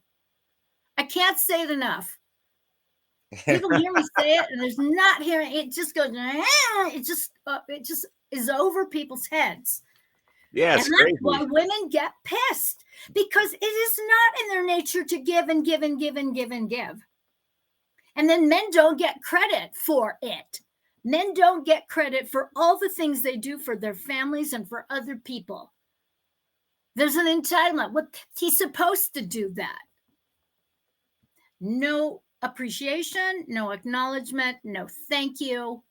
I've gotten in trouble for that. Those of you who are friends with me on Facebook, you see my cover page. I very rarely change it, but that's it. And I actually got death threats from that. It's just so dumb. Are you fucked up? Like, seriously. All I did was thank the good men folk who do show up for their families, give unconditionally, okay? Yeah, I remember that, and we even spoke about it a little bit, and it's just mind-boggling. And obviously, the majority of the hate you got was from women, right? Oh, totally. Like, where do we go from here, y'all? Like, I mean, some of the threats were just unreal. One woman wanted me to choke on the next penis I had in my mouth. I'm like, what? Like, it was just so. And when you clicked on her page, she had this banner that just literally said "fuck men." I mean, that one was so angry, and I'm thinking, oh God, I feel really soiled. Jeez, yeah. And so Yeah. for me as a man, looking at women that do that stuff, it's just, going back to my phrase that I like to throw out. It's like, she's got way too much yang up in her thing, you know, Well, like and that's the whole thing. So the weaponized masculine the that has been taken aggressiveness on by of it. women. Yeah. This is through unconscious intercourse. So that exchange of really women succumbing to that receptive principle without boundaries. And I'm not saying at all, I am not an abuse of women denier. I am not denying that. Okay. Yeah, likewise. Yeah. But we're not denying that. Okay. Because we do have that atavism running through our tissues. The collective pain body of the abuse of men, the collective pain body of the abuse of women and children. We all have this. The trouble with atavism is that when it is triggered, it is not specific. You just get hijacked by it. And a lot of that hijacking, unfortunately, is getting weaponized in today's society through media, through memes, through wokeism, through all that nonsense. And people don't fucking know the difference. They're too caught up in the yaya gaga zaza of feelings without applying common sense, logic, self-awareness, consciousness, being able to separate yourself from what is out here and what is going on in here based on what you're seeing out there. I mean, we're just kind of fucked. And so the gynocracy is banking on this. The gynocracy is behind all of the patriarchal structures. You look at the Masons. That is a gynocratic group with men fronting it. The soy boy is another one. The henchman of the gynocracy, the yoni worshipping twerp. I'm sorry if people are offended by that. I said it. Just my opinion. No one cares. Like all those white knights out there and stuff that are just gonna unconditionally, support women because they're trying to get up in their yonis and slide up in their DMs and whatever the fuck people want to, have some stupid phrase about this shit. Yeah. Yeah. But are they actually respecting the woman for who she is as that individual conscious? And it's like no, because they have not found their own true masculinity. Yeah, they're trying to find it through them, but they're finding mommy instead and sexualizing mommy, which is just, I mean, that's a whole other world, kids. Okay, I'm not even going to get there. Yeah. So that's part of the shadow work integration that people have to go through. Yeah, with the mommy daddy issues of both sides of the sexes. Like so. Yeah. Indeed. And so Michael Tessarian does a whole presentation. Female Illuminati, Dragon Mother. Shit, yes, all of that is really good. We should have the links to that. And it is behind a paywall. There's a general presentation, and the deeper presentation is behind a paywall. I absolutely recommend that everybody get behind that paywall for Michael Tessarian. I mean, of all the people that I know who are doing similar work to me behind a paywall, he's the most worthy of your subscription money, I got to tell you. I mean, he really is. He's quite the occult scholar. Indeed. And I don't agree with everything that he says, but he's solid. He's solid. He and David Whitehead, they are doing humanity a solid through these presentations, So if you want to do a deeper dive, you can go there. Yeah, I'll definitely concur, even though people have opinions about what they've kind of been talking about recently with Trump and whatever the fuck. I don't really give a shit. There's so much of a body of work that they've put out that is so much more valuable than, certain recent episodes that people should not bypass or overlook that. Right. get hung up on these things, right? Oh So my God, for real. Just like, oh like, God. oh, like this one popular person drops something and says something that like I don't agree with, so I'm not gonna follow him or watch any of his videos anymore. Yeah, Get the they fuck just out of here. completely dismiss. I Yeah, like know people who do that. I mean, they're in our yeah, network. It's like, who gives a fuck? I don't care. yeah, I'm not My perfect, truth you is know. I don't. truer than yours. I mean, I just like kind of whiny tits. Shut the F up. That's what I say. Just shut up. You know, I mean, if you want to see me just get on my high horse, oh, I was just on there. Sorry. You know, it's just, I just get annoyed. I just get too old for this crap, you know? Yeah.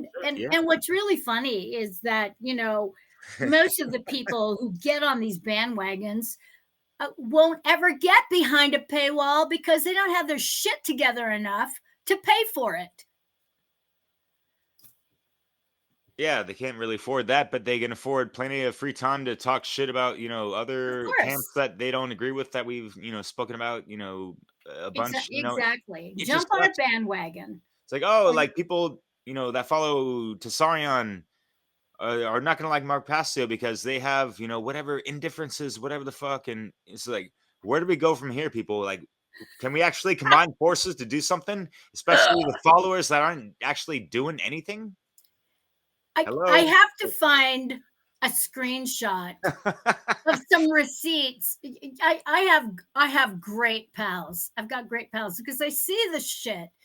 All, you know, people in our Facebook network, whatever. And they send me screenshots of some of the shit people say about me because I'm associated with Mark Passio. I'm associated with Michael Tessarian. I'm associated with Sethicus Boza. I'm associated with Wes Penra. I mean, just on and on and on. Laura Eisenhower. I mean, sweet Laura, like, what the hell? Or Amanda DeMarco.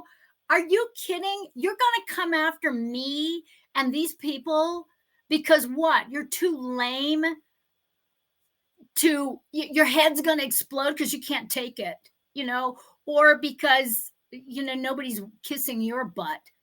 I mean, I don't get it. I don't understand. Yeah, Fascinating. and I always love your approach. Just like, and it used to shock me and like it pissed me off like hardcore sometimes. Hearing some of the things you shared with me in context to those things, and it's like, why the fuck would people be coming out of the woodworks talking shit about Mario? Like, who the fuck are these people?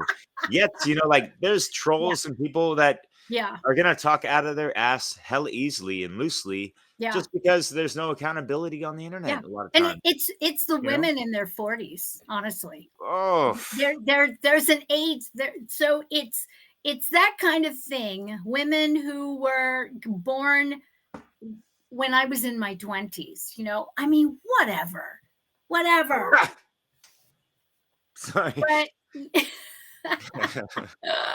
So yeah, finish what you want to say. I'm gonna lead in, or you can finish it off with a, what I want to get at is why the hell is there this dynamic of, this women on women, crimes against humanity in the Yoniverse and all these things. And it's like, and I've heard it for decades. yeah.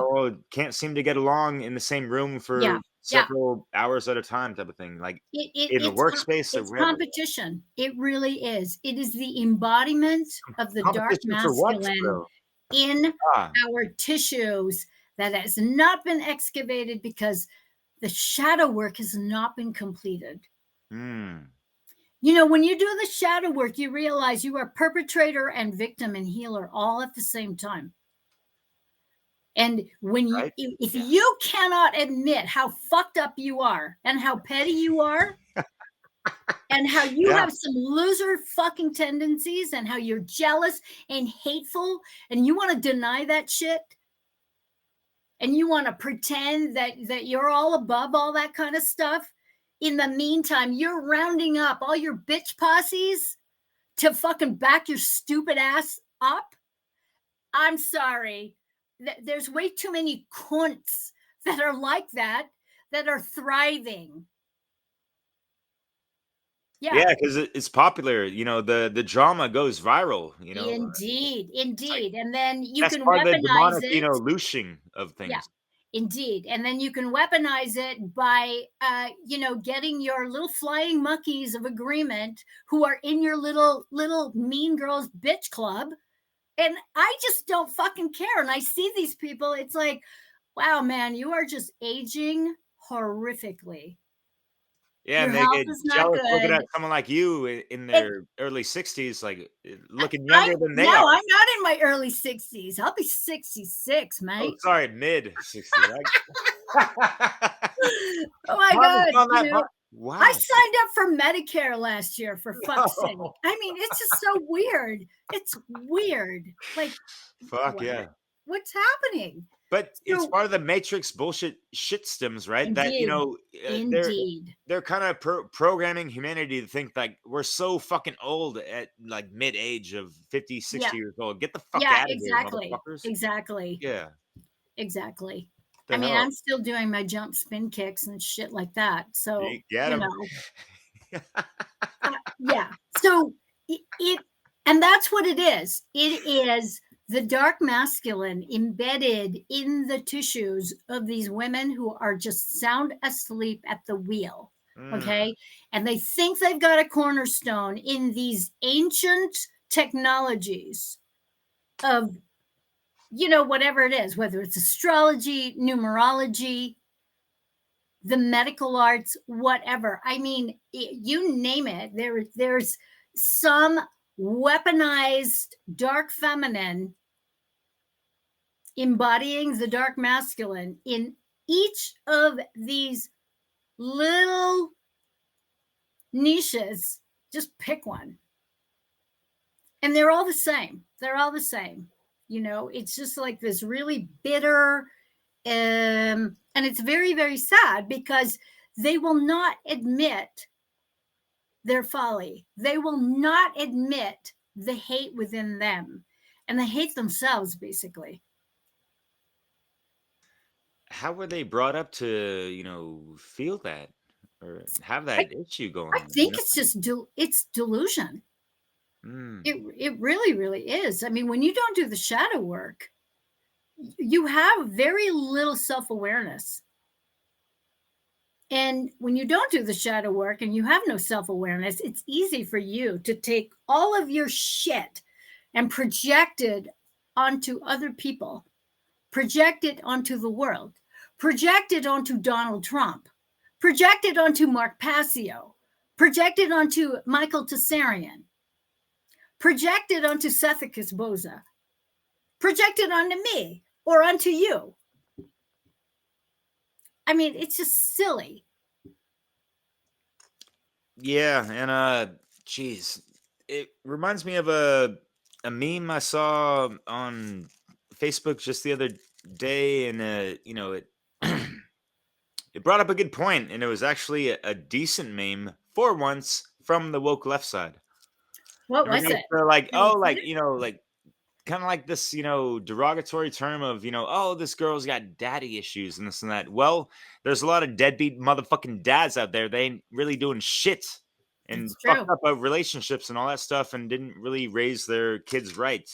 But Yeah. yeah, it's like babies having babies, it's a two-way street Yeah. with the mother Yeah. and father and all that stuff. But yet, if someone has daddy issues, there's that shadow work that needs to be done so they don't have that shit anymore, right? And yes, there's a lot of, and it's not just daddy issues in regards to shadow work, because there's other family members that have molested their, other younger family members. Like, what the fuck is wrong with these people? Yeah. You Yeah. don't hear this from, Indeed. it's like, you don't hear like, oh, like some young boy was molested by their grandmother or some shit like that. No, it's always by some, creepy ass fucking uncle or some bullshit Yeah. like that. And that's like, Although I have heard oh shit. of the other. And so there is that. And to your point with that, I think it's important to also include the responsibility of women to choose fathers for their children to choose wiser, to choose better, because women are not innocent in this. You're going to make a baby with someone who doesn't have the basics. What are you thinking? Maybe they don't have the basics themselves as well, right? Indeed. It goes back to, like we've said this in like multiple videos, it's like babies having babies. Yes. It's like we have these young 20-year-old somethings, getting, rushed into relationships and having babies because there's the pressure from traditions and family members and all these things. It's like they don't even know themselves and they're having you're creating another life form. Like, fuck, man. Yeah. So one of my very, very best friends, she's in her 80s now. She had her first baby when she was 14. She had her second baby at 16. So she was a child. And married a man, or married a boy, someone who was her peer, maybe 3-4 years older, that worked very, very, very hard, but was never there. She was a little girl, a teenage girl with 2 babies. And I've known this woman for probably pushing 50 years now. So I met her when I was very young, and she was in her 40s, I guess. No, 30s, maybe. And so the pattern, she won't mind that I'm sharing this. The pattern that I've seen with her is that, these 2 sons, and they're very, very creative, but they got mommy issues. They blame her. They still blame her. These men are in their, the youngest one is pushing 60. The oldest one is like, is it my age maybe? Yeah. They're still blaming mommy. So anytime there's like a conflict, it's like, it's all over her. And I'm friends with her sons. And you should see me, man. I am just like, I'm fucking up in their grills. It's like, dude, really? When is it going to end? When is it going to end that you take responsibility for your life as it is now and not sit there and blame your mother, who's in her 80s, for where you're at? Like, what in the holy hell is that about? And it's really strange. Is it because there's like this pop psychology aspects of shadow work that people are clinging onto the surface level of it, and just like, I think so. Oh, blame the parents and listen to that, not really getting Yes, totally. Okay. And she is so guilty about it, So I'm just like, I'm like the sort of family, not therapist, mediator but or whatever, mediator, because we all hang out together, and I'm just like, okay, all right, kids, I have a whistle. Time out. Stop. Okay, don't do it. Don't do that, because it's like the blame shame game, which is like it's like really, really quite it's quite potent. And so this book, I don't know, can you see it? Is it backwards? Oh, it's backwards. It's called Embracing Shame. And it's cool. by Brett Lyon and Sheila Robin, who is one of my favorite people. She's a client of mine. They wrote this book. It's on Sounds True. But look at all this. It has got some gems to waltz and really move through all the shame stances that we have, because it is those shame binds that will keep us identified with an old storyline, the beginning storyline.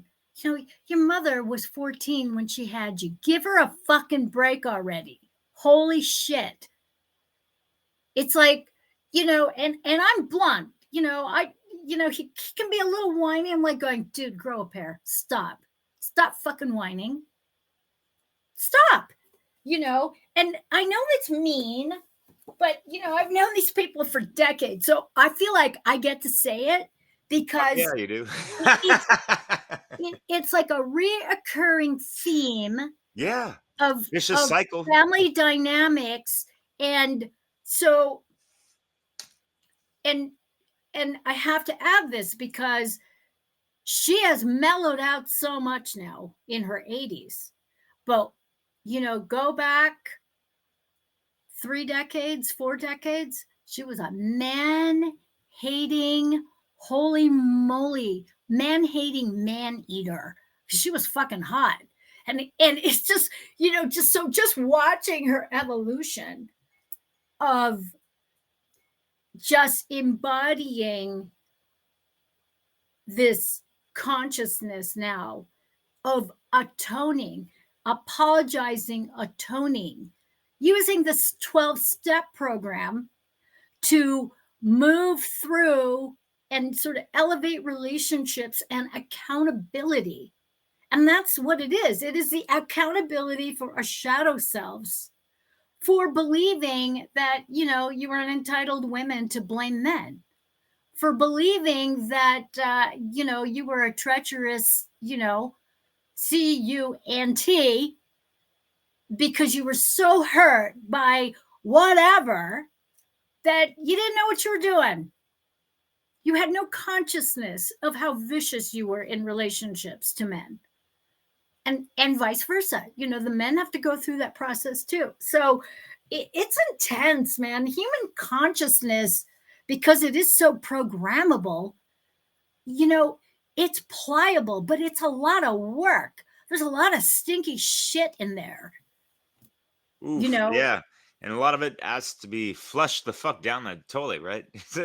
Exactly. So Or as the Tibetan Buddhists would say, you move through the charnel grounds on your hands and knees. What are the charnel grounds? It's where they chop up dead bodies and they just throw them up on this mountaintop for the animals to pick over.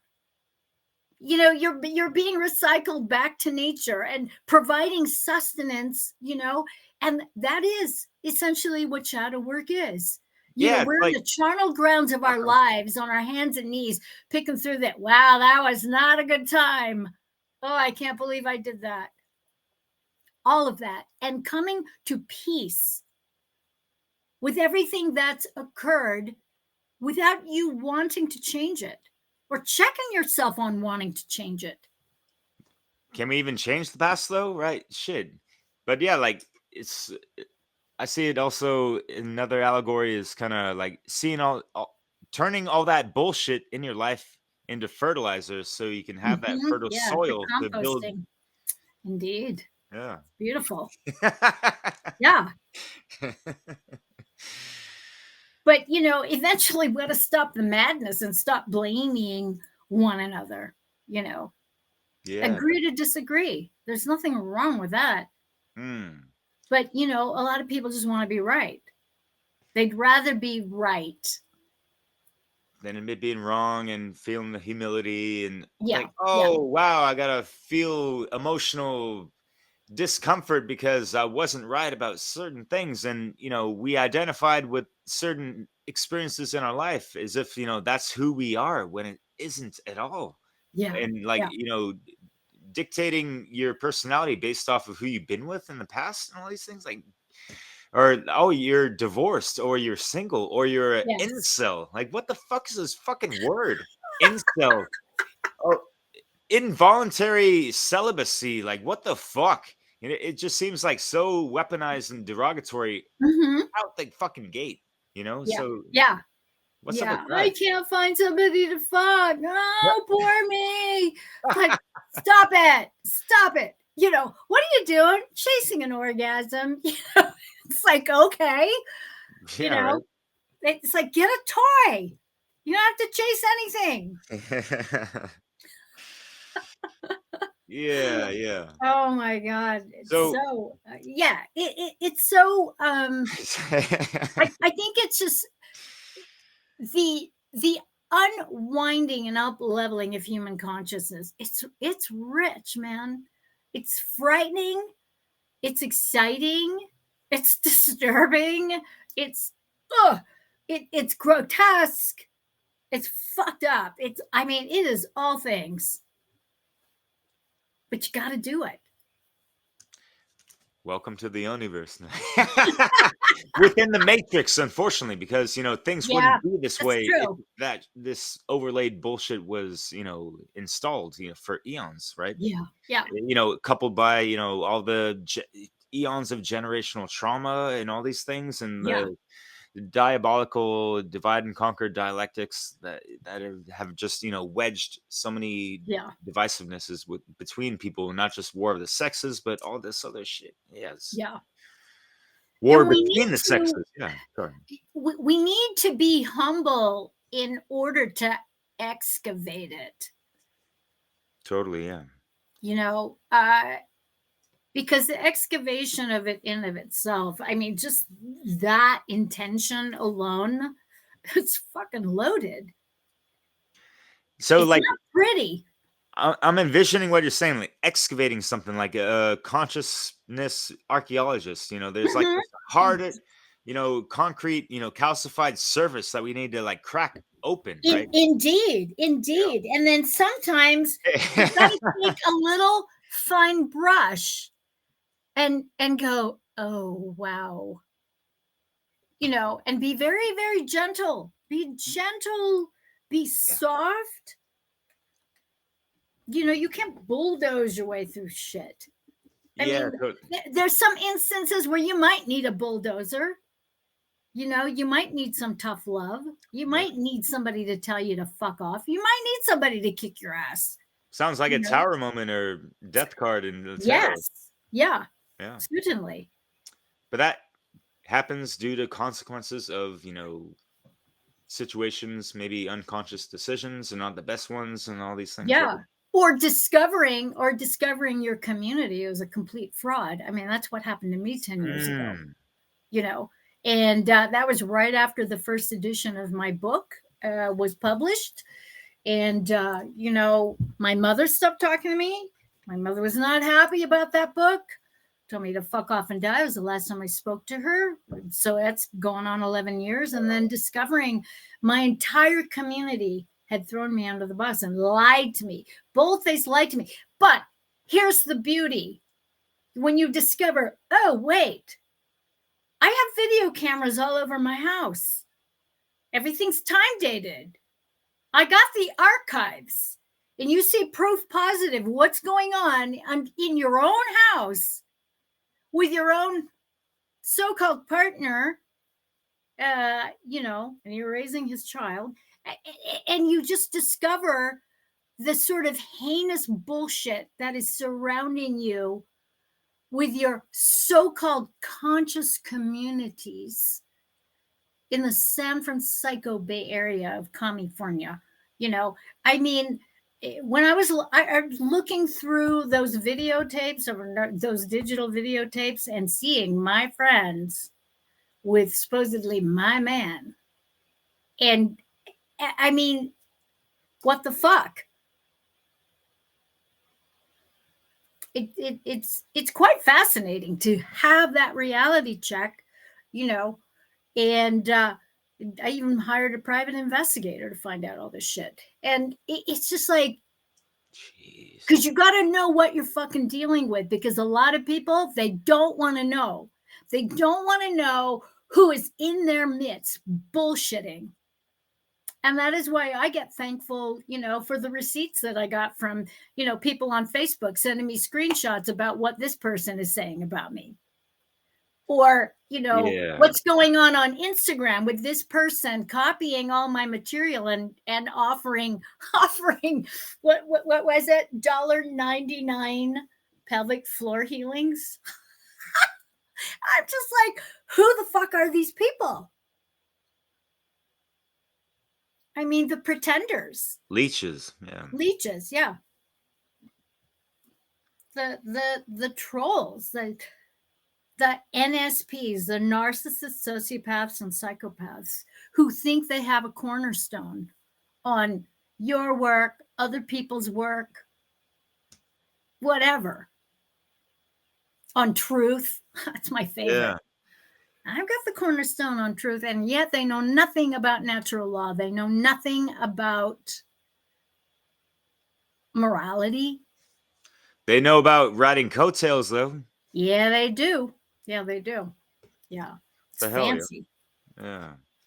So it brings me to a question, in like matters of the hearts, and like Mhm. where are people's hearts at? How is that shit beating and pulsating within them? That Yeah.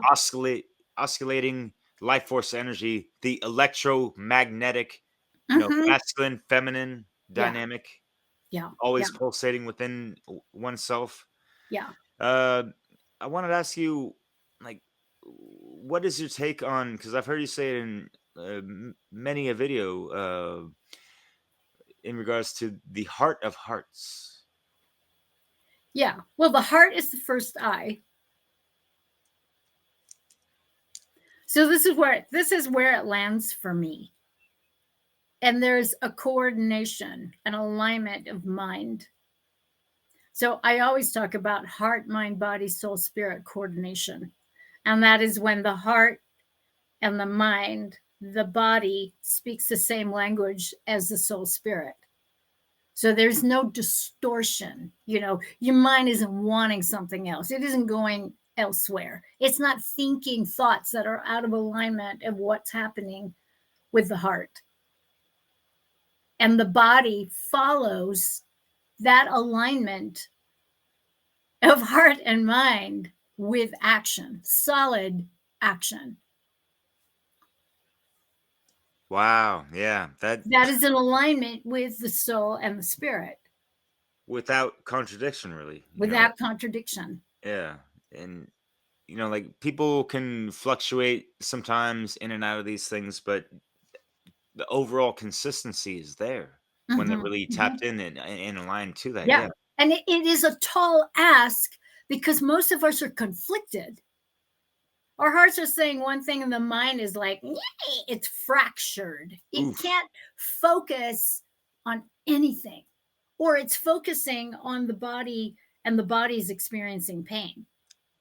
And we have to address each one of those components. What is your body's trying to say? Why do you have all these different thoughts? What's going on there? You know, Yeah, and with men, what do you think the stumbling blocks or blockages are in regards to them really tapping into that heart center that you're getting at? Because with the men with the two heads and all this stuff, it's a little bit trickier to get that yes. emotional, the EQ, not IQ but EQ, right? Yeah. I think men have been brainwashed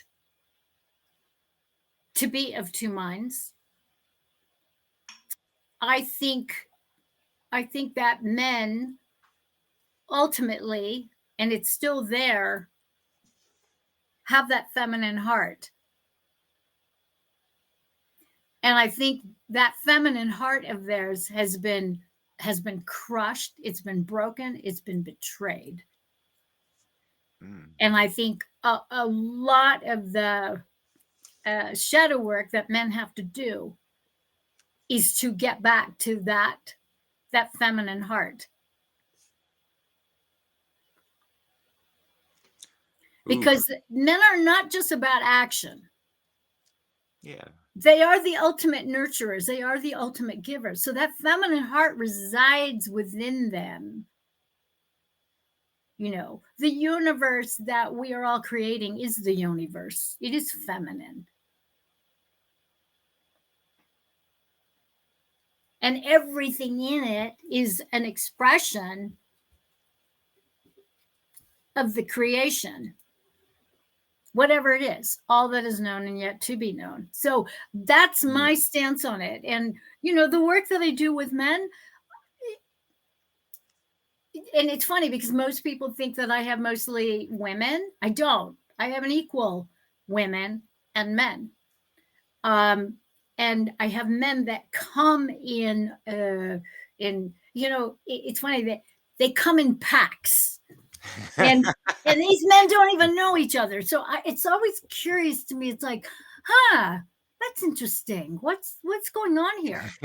And quite often,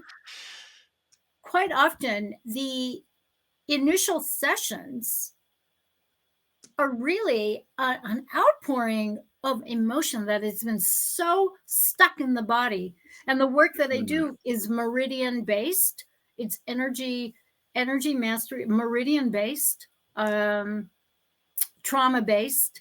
I mean, the traumas that are held not only in the cells, but the traumas being held in this lifetime are I mean, it's staggeringly heavy. And so many men have these burdens, and they have nowhere to excavate it, spew it, express it, compost it, let it go. There's no space for them to let it go. Right. The brotherhood's on about that. Groups, yeah. Even in the men's groups, you know, I've heard that these men's groups are I mean, they're a start, but they're not. There's something missing. I know of one man who's doing amazing work with men. That's Oscar Perez, a good friend of mine, and he's doing some amazing work with men. Fuck yeah, yeah. You know, rehabilitating folks getting out of jail and off of addictions. And yes, indeed. Indeed, because the matrix is extremely shame-based. And, you know, it needs to be addressed. And it needs to be addressed by men who've actually done the work.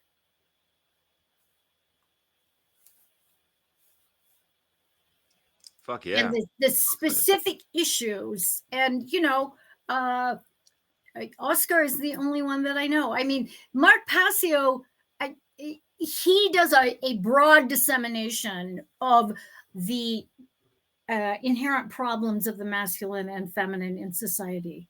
But, you know, he's not, I wouldn't go to him if I were a man to work out my yayas about mommy and daddy, you know, and what it is to be, for me to be a man in society and relationships to women, in society, and my kids, you know. So that's the kind of work. And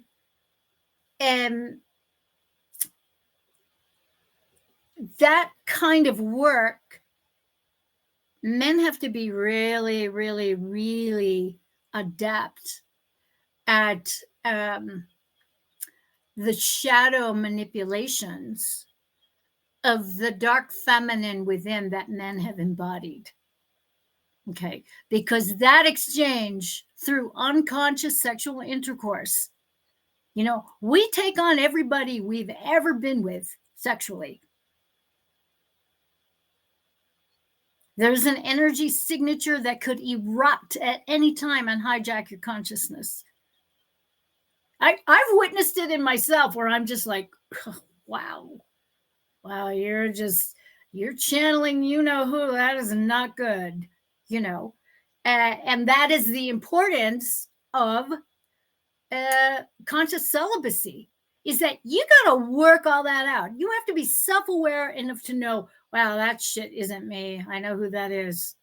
Yeah. So did you find that you were able to like purge those energies out? Indeed. Yeah. Fuck yeah. Awesome. Yeah. That's great. Yeah. That's part of the shadow work. Yeah. You know. Yeah. And a lot of it was reflected in the self-talk that I was generating. That wasn't my voice. Yeah, exactly right. Yeah. Or inclinations, you know, the inclination to do something just fucking off the wall, like, those impulses. No, I don't really want to fucking do that shit, you know, like I used to have a death wish. And so all the dangerous stuff that I used to do. The adrenaline junkiness of you back then. Totally. Totally. Zip Skydiving lining, without a parachute. bungee jumping, jumping out of planes. I mean, jumping out of planes was like really cool, but some of the stupid shit that I used to do, like it's kooky. And I realized, oh, I know who that was.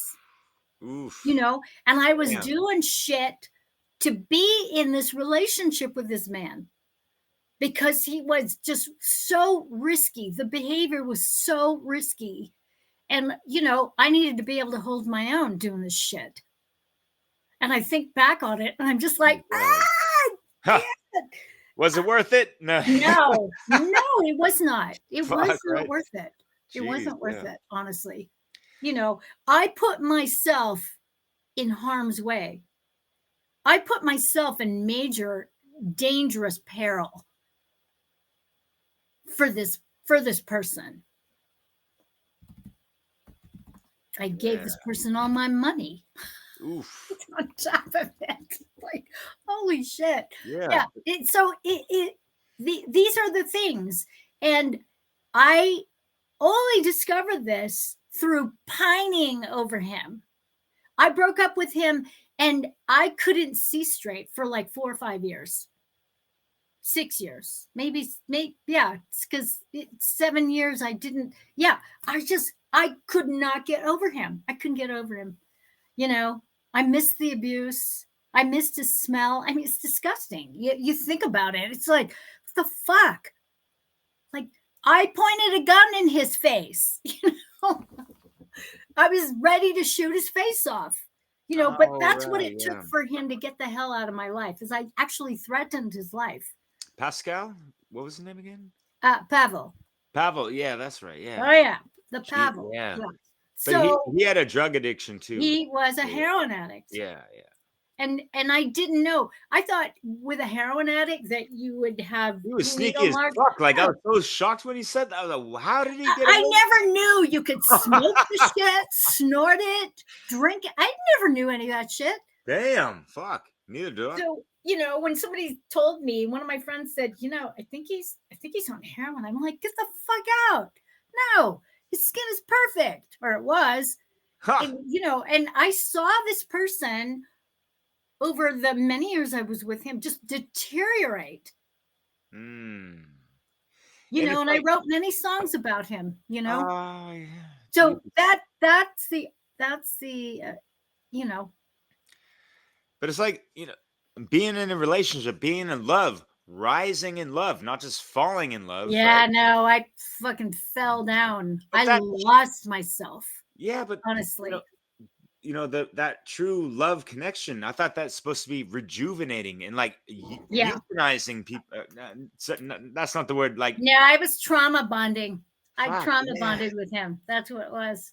You know, it's like when I was with my ex-wife, I felt like, you know, especially after my heart explosive awakening as well, it's like I felt like I remained the same, you know, health, you know, vibrant skin tone, whatever, you know, as I did, you know, for nearly a decade when I was 28 years old, into my, you know, late 30s. And this and that. It's like I didn't even age, type of thing, just because, you know, just so much wonderful, glorious energy emanating from me because I was so much in love.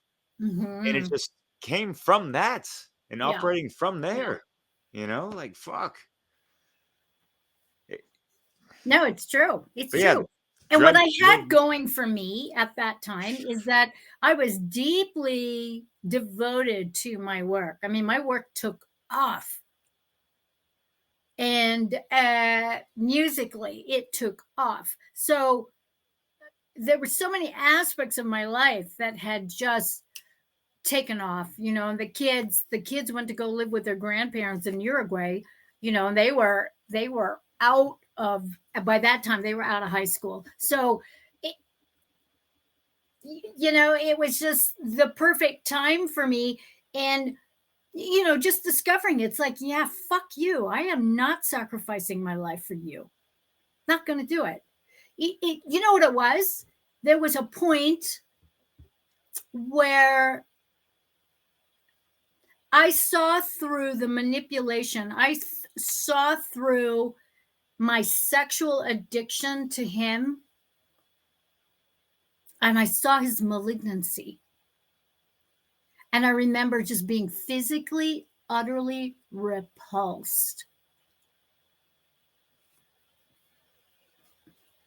And then Yeah, of that's course a revelation. when you discover that your man is dealing drugs out of your house, that you just paid a year's lease in advance on.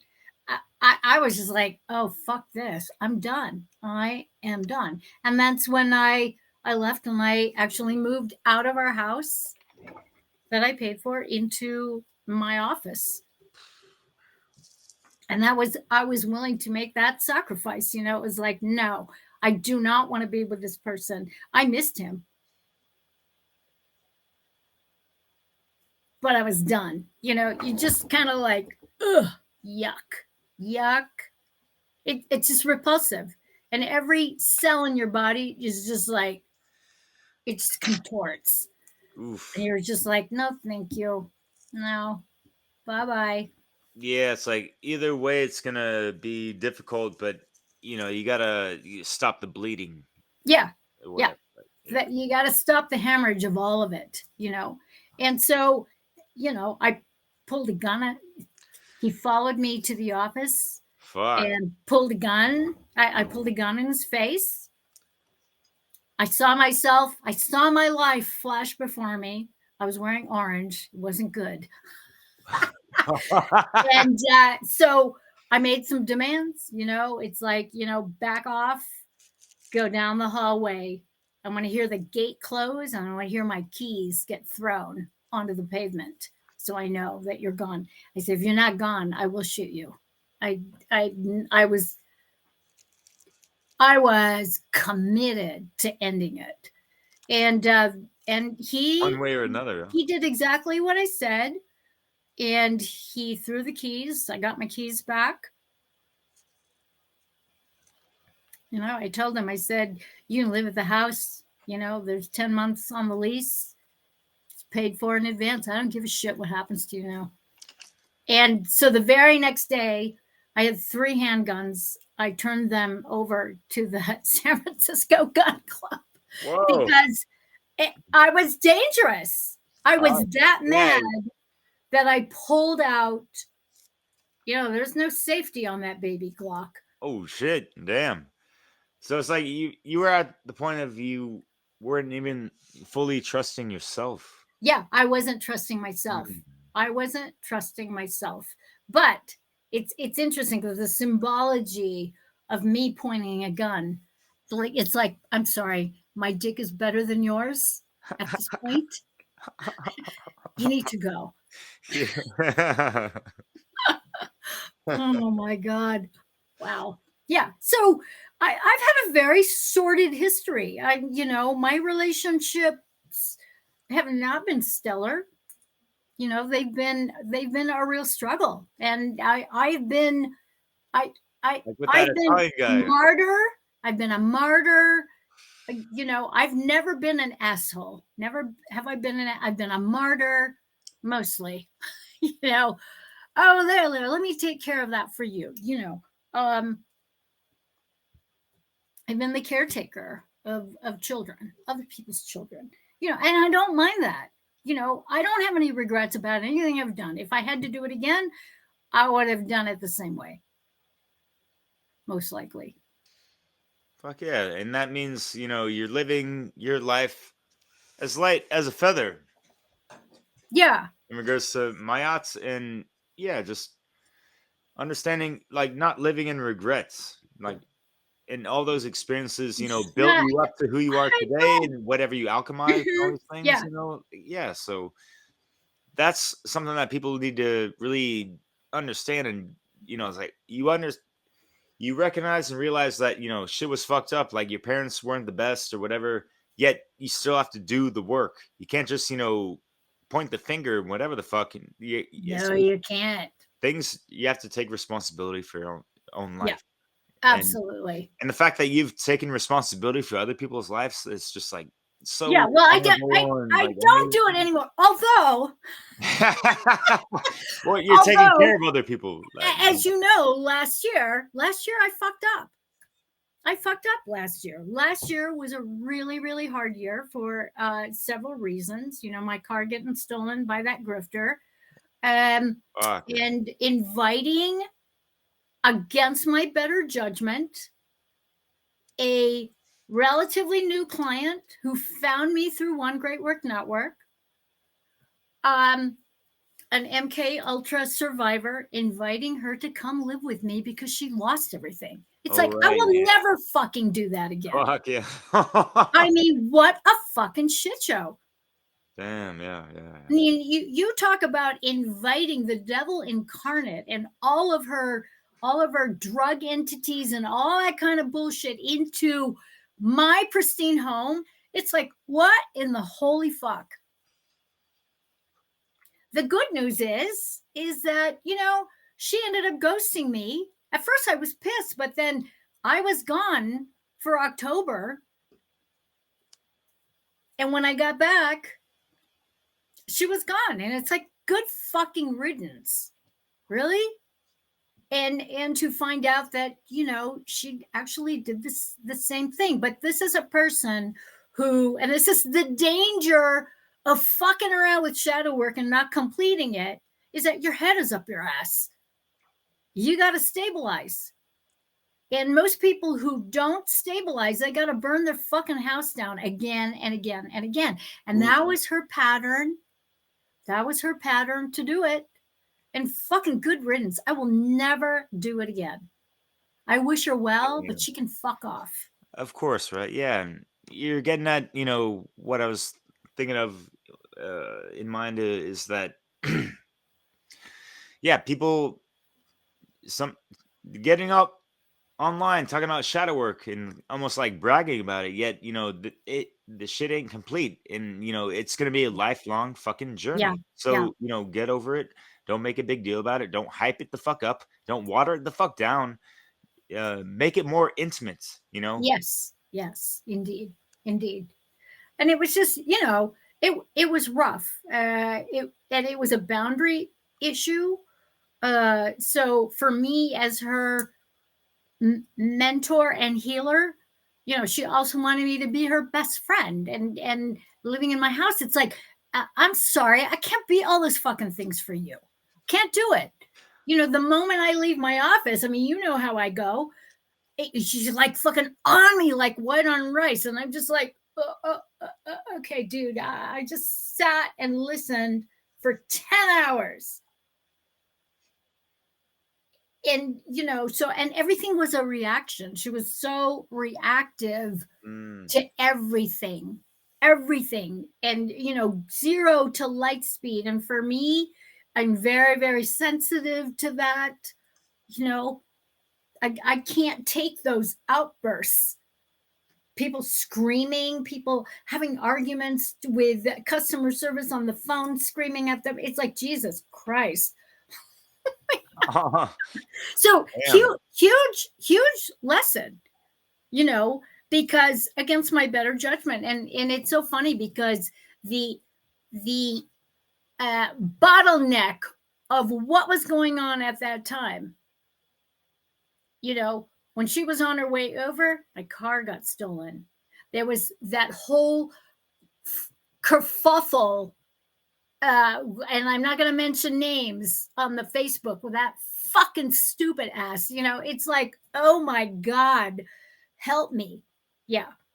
And that's what it was. It was just like it opened the hell gates to all these unintegrated shadow work pretenders. And I allowed myself to be harvested for the greater good. Like, for the greater good, you know, that. Yeah, it's like we put ourselves out here for what? You know, like we're sacrificing a lot already with our free time and energy and all these things. Indeed. Yet, you know, we have all this other, you know, fallouts of people's unconscious, you know, projections coming at us. What the fuck? Yeah. And that is what it was, you know. Just a lot of projections, lots and lots and lots. You say was or T was? Right? Well, there you go. Yeah. Get that justice. There you go. Yeah, it's like uh, what you just mentioned and shared, reminds me of, spending time with you at your place and stuff. And yeah, like there were times when you were in the other room in the office, and I know you just finished off, and it's like, I wanted to talk to Marja. She's free and this and that. But yet I wanted to respect your space because, it takes a lot out of you to do the work that Yeah. you're doing. It's fucking And intense. we never had an issue that way. Never. Yeah. All right. Never, Yeah. never, never. We're always respectful. I tried to be respectful, you know. Yeah. Yeah, this person just was like, what in the fuck, man? Especially the reactive stuff is, women to women, like what the fuck? Like, Yeah, yeah, where's very the much so. holding It's toxic. space? Where's the sacred space being held Yeah. in those dynamics sometimes? It Like, is the toxic masculinity being project. Yeah. being projected out through the dark feminine. You're just completely not integrated. All the good parts were sequestered and only came out during certain times. It's like, whoa, okay. Yeah. So it's like the negative masculine is like that, reactive side, right? As opposed to just being the more receptive side. Indeed. Okay. Yeah. And that the spewing, so there was a lot of yelling in my household growing up. So I'm very sensitive to volume, yelling, slamming doors. Yeah. All that kind of stuff. I don't like it. It's energy. Driving like an asshole. I don't like it. Yeah, because you pick up on those subtle energies that are manifested in these, boisterous, actions or whatever the fuck, right? Yeah. Indeed. Totally. Yeah, it's like, but lesson learned. Never gonna do that again. You can come visit. You can come visit. And that's, but unless I know you, yeah.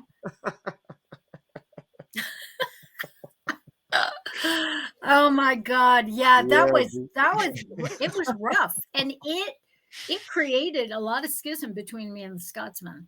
I mean, the fact that we survived that, and especially with the car and getting that all resolved, and then being able to go to Europa together. I mean, that was a testament to our commitment to hold each other.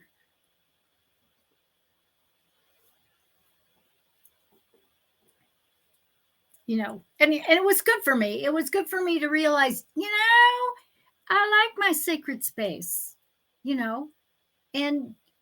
and that's the thing is that, when you were living with me, we have a very similar temperament. We have similar work ethics. So, and we'll cook our own food. So it's like, yeah, there was a lot of commonality and mutual respect. Where I think, with this person, she was just so wounded and so utterly fucked up. And, I don't allow that drugs. If you're going to be doing my work and working with me, there's no drugs involved. And I just think she just, I think she just lied, basically. And she didn't hold up her agreements. Yeah. And, whatever. Didn't do it with me. Didn't do it with, the people she was working with. And I won't even name that, but it's, an organization that we both know. Yeah. Okay. I see. Yeah. She defaulted on all that kind of stuff. It's like, God. Hey, you see, ladies and gentlemen, like there's no bypassing this work. It's a straight and narrow path. You cannot just fake it to make it on this level. Right? No, you really can't. I mean, you can talk yourself into things, and as you're learning a skill, you can fake that skill by mimicking a step by step. But yeah, there's no shortcuts to mastery. There's none of that going on. You know, you can't sit there and bullshit people for very long. Eventually, the jig is going to be up. And then when the jig is up, you just out yourself for you just out yourself as a bullshit artist, basically. And you know, that I don't think that's going to be much fun. Not at all. Sorry to ruin That's the okay. fun. I am fine with silence. had to take it. Yeah. And geez. You know, that reminds me of the conversation I had to initiate this series, you know, with Rebecca Lamas, you know, really great woman and this and that. And we were talking about how there's so much power within that, you know, subtle silence, especially, you know, within ourselves, silencing the mind, silencing all the distractive noises from outside, especially, you know, going on in Yeah. the matrix and the shitsystems and all these things, right? So do you have any advice of how people can you know, do that or get into that, you know, mental mind state? Yeah. I think the best way to do that is to take a walk. We don't have to sit, you know. And I know that, you know, more sitting. We're going to do more sitting. I say take a walk in nature. It's so simple. And, you know, even if it's just in your own neighborhood, but the act of walking, I think, or hiking, being in nature is a reconnecting exercise in and of itself, because you're moving your body, and body movement, if anything, you know, it's funny because I get asked all the time, yeah, you know, for your age and beyond, da, da, da, da, what is it that you do? I move my ass every day. I exercise every day. Do I go to a gym? Hell the fuck no. Do I lift heavy weights? No, I don't. I do yoga.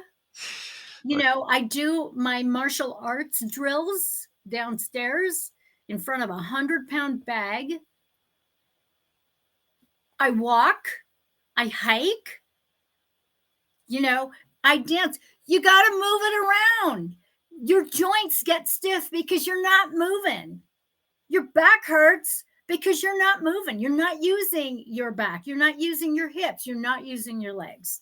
Okay. The key is if you got strong legs, you're going to have a strong back. If you move your hips, your spine is going to be nimble. It's going to be flexible.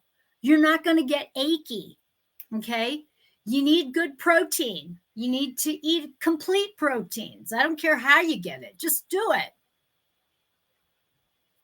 That's what you need to do. You need to have a little wine every day. You know, these people, no alcohol. Well, you know, I feel bad for you guys. You know, I really do. And granted, I know people who are sober because they had to be sober because they have no governance over, you know, these libations. They just have not. I'm lucky. I can enjoy it. And, Yeah. you know, I don't have to get shit-faced to do it, you know. Yeah, we had some good what is it called? The fog? Mezcal. Oh, yeah. Mezcal. Yeah, that too, yeah. Yeah. And And that's fun. And so like mastering your high, and, having self-control over indeed, your addictive personalities and those things as indeed. Yeah. well, and alchemizing those substances as well. It's like, Yeah. oh, Al Ghul, the you know, the god of, you know, alcohol and all these things. Well, yeah, I met that motherfucker and I had some laughs with him and told him to fuck off as well. And just like, hey, I just want to enjoy because I like the taste of beer. I'm sorry. Yeah, you do. You like the taste of, I like mezcal. Yeah. You know, and I like rosé with a lot of ice. And people think that's weird. I don't care. Good for Yeah. you. And it's like we're not always drinking to get drunk, anyways. And like when Yeah. you're at that drunken state, I think that's when like that demonic, you know, those entities can take over someone. Indeed. Not Indeed. when you're just, you know, having one or two or whatever, right? And it's absorbed with foods, other substances, and this and that, or just your conscious mindfulness throughout the Yeah. whole event or experience. Yeah. Right? Yeah. Indeed. I've Indeed. noticed I've had hangovers just because I was an emotional wreck the night when I was drinking sometimes, Oh, yeah, yeah, yeah. as opposed to having the same quantity on a good vibe or whatever, and feeling fresh as a daisy the day before or whatever. So would you say that was more an emotional hangover Possibly, but rather you than still feel the sickness alcohol of related? you still feel the sickness of that alcohol induced hangover type of shit. Mm, Yeah, interesting. yeah, it's weird. It's like I've tested my limits. You see me do the master lemon cleanse and this and that, and we even had a couple of Yep. drinks. Like when I Yeah. was doing that, and I was fine. Yeah. I don't get hungover, but I don't drink that Word, much either. So, word, yeah, you know, yeah. I have my limits, 3 max is kind of my thing. But, Word, yeah. I know people where you really should not go, and they're just going, going, going, There was going nothing until, left. Yeah. yeah, I had an Irish boyfriend, Sully, Okay. who just, I mean, just Oh, no yeah, that guy. Yeah. self-control whatsoever, and Fuck. would literally puke all over himself. Jeez. It just wasn't good. Nah. Yeah. See, like Yeah. that's not mastering your high or just your No, no, indulgence or he overindulgence, right? was Yeah. broken. The poor guy was really broken by the Christian takeover of Ireland. You know, Oof. he took me on quite a number of walks across Ireland and would show me all these magical places and Ooh. just like literally sit there and weep. And we would be in the freezing cold in the rain, and he can't go on. And I'm standing there like, okay, I'm fucking freezing. Can we go now? Can Yeah. we, we've got to build a shelter here. Hello. Yeah. Yeah. Yeah, it's not really going to be helping anything for the future endeavors of the country he cares so much about, right? And yeah, I get Yeah. it. Like, there's people year in year out celebrating St. Patrick, who is a motherfucking bitch ass. Yeah, that whole thing is just, yeah. Sully was very aware. Unfortunately, he ended up drinking himself to death. Um, Fuck. And that was another breakup where it was like, he asked me to marry him, and I couldn't marry him. He had his mother call me. Yeah, Oh shit, yeah, yeah, that's sweet, but yeah, still. yeah. Very, Go around very, all the stops for Maria. Watch very out. sweet man. Very sweet man. A ginger, a real ginger. Oh, word, cool. He was funny. He was a funny guy. Oh Oh my yeah. god, we would Oh, just I bet. Yeah, laugh, yeah. laugh, laugh, laugh. Funnier than Thomas Sheridan. Way funnier. Oh shit. Way funnier. And Sully, he wanted to do a lot of really good at that time social justice stuff. So he Oh was yeah. he was in the Bay Area, wanting to go to law school, and Oh, word. do all that kind of stuff. But I Mm. had to. Yeah. We got to do what we got to do when we're not a match. What is my Yoniverse going to consist of here? And my Yoniverse is very simple. I'm a simple person. Just basics. I know what it's like to have a lot of money, a lot of things, fancy cars, fancy house. I don't want to support that. I really don't. Doesn't really do much for me. All that stuff, huh? Yeah, it made me. Weighing you down. It's pretty stressful. People think, if you have a lot of money, it's going to buy you happiness and you're going to be stress free. No, I was more stressed out, honestly. Damn, yeah. And I felt pretty good being out here in France, kind of living on a very minimum income, and just having quality food and just quality conversations and that kind of stuff is sustainable That's so enough. good. Yeah. Yeah. Yeah. That's What else? really, really what you need, and just the whole thing about a car, for instance, So, Yeah. when I was in California and You San still have Francisco, mine if you want. I I drove all over Hell's Half Acre. Oh my God. I did so much driving, Damn. And then when I was living in Europe, I was driving all the time. Nobody wanted to come see me. So I was driving. And I've been driving since I was like 9. I'm sick of it, to be perfectly frank. And where I am, I have everything that I need. You know what I mean? Where would I go? Yeah. I mean, Yeah. other than go here and there. So, I mean, to be honest, I just haven't really been motivated, and everything that I'm looking at is either way older than a 2011, or it's got 287,000 miles on it, and it's Like just not mine. worth it, Yeah. you You know. want to borrow mine at least? So that's the whole thing is like, I don't really need a car. I mean, I do my shopping with the Scotsman, and during when we're not together, I'm here. I like walk to county line. I can walk whatever. I don't really care. I You don't could technically really. walk to Trader Joe's. No, I can't walk to Trader Joe's. Like It's an way hour too- long. It. Oh no. I did try it one time. I actually ended up Damn. calling Chip. Calling Chip. Can you come get me? It's too hot. I mean, it was 102 degrees. And I it's had the right day for that. bags. If I had a wheelbarrow, that'd be one thing. But it's 3.5 miles downhill, 3.5 miles uphill. Yeah, the uphill, that's the tricky Yeah, part. it's 1,000 feet elevation difference. Yeah. Feels a lot different in a car, right? Oh, totally. So, and anyways, so, but even that, it's like, I just live such a very, very simple life. And then, we travel. I mean, we're going to be going to Washington, Oregon. We're going to New York. Ooh. We're planning a trip to Australia. And so, there's shit going on. That's There's great. stuff going on. So, Hell yeah. And the rest of the time, what am I doing? I'm writing, or I'm, having these amazing conversations, or I'm working with clients and students.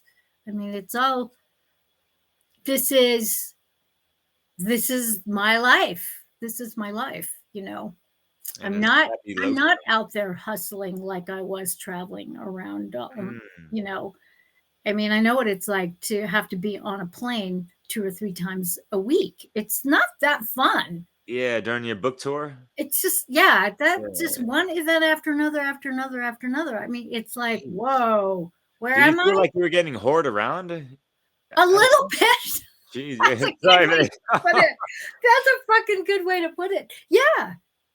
Yeah. And I had like physical, like I didn't like to do things. Now again, you have to do things digitally when you travel a lot. Everything's digital. You got to have an app to get back into the country to do, you got to do all this fucking shit. But before, Sabina used to give me a whole stack of all my itinerary, all that kind of stuff, all my boarding passes and everything. So it's like, holy shit.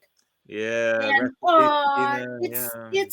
it's her 7-year death anniversary on the 2nd of May. Oh. Yeah. I would have loved to link up with her. Yeah, Go around like, geez, yeah.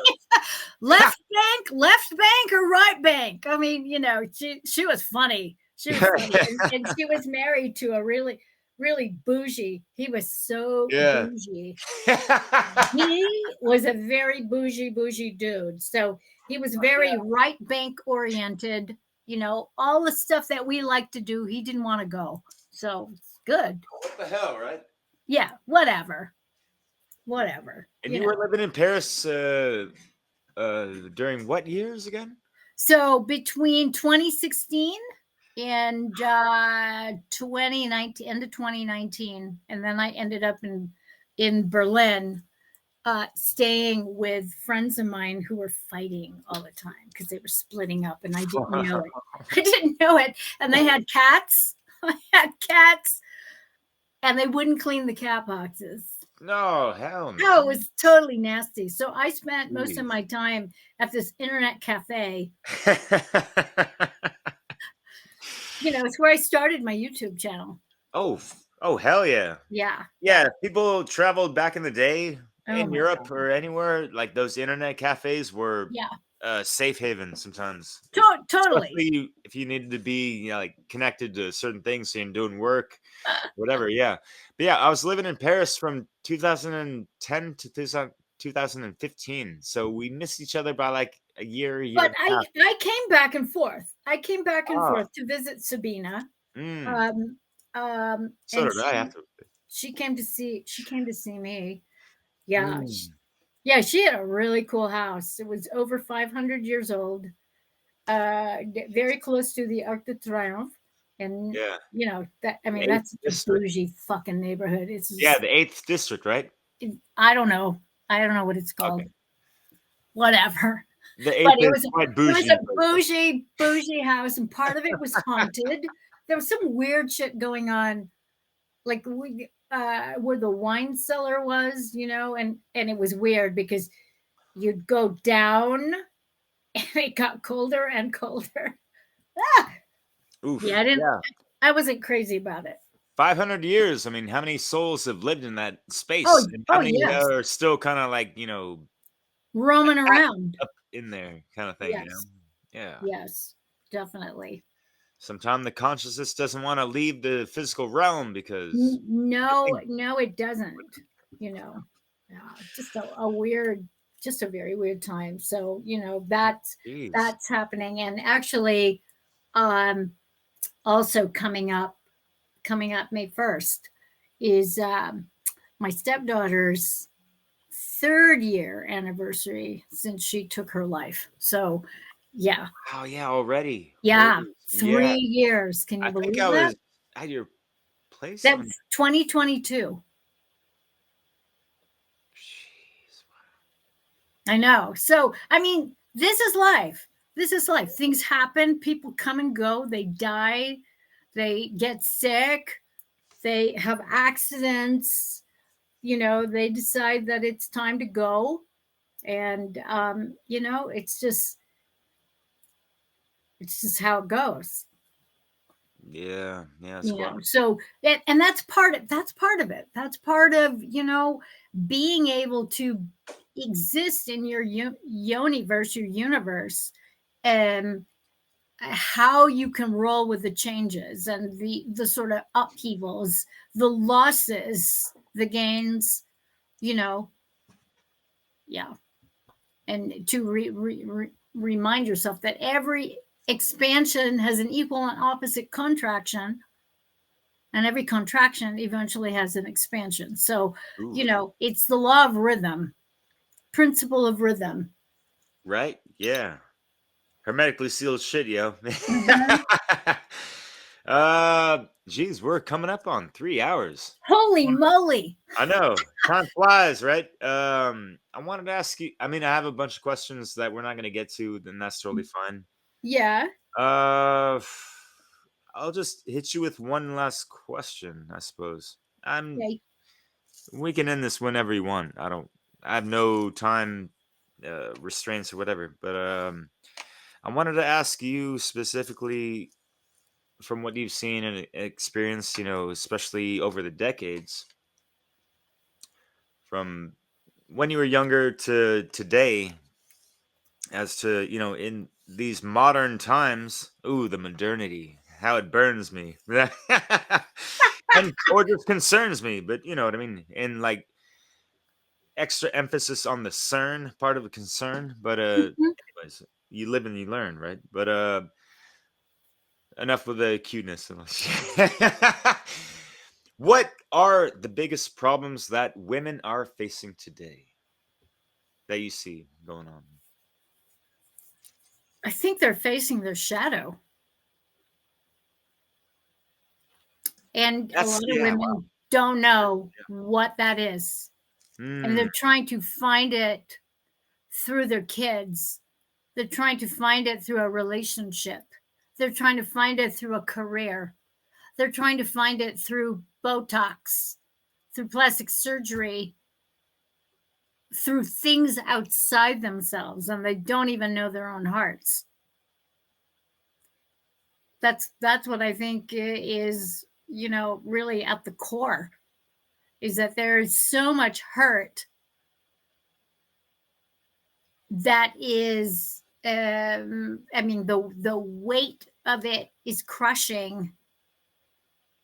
And I think a lot of women are just being crushed into submitting to a life unlived, honestly.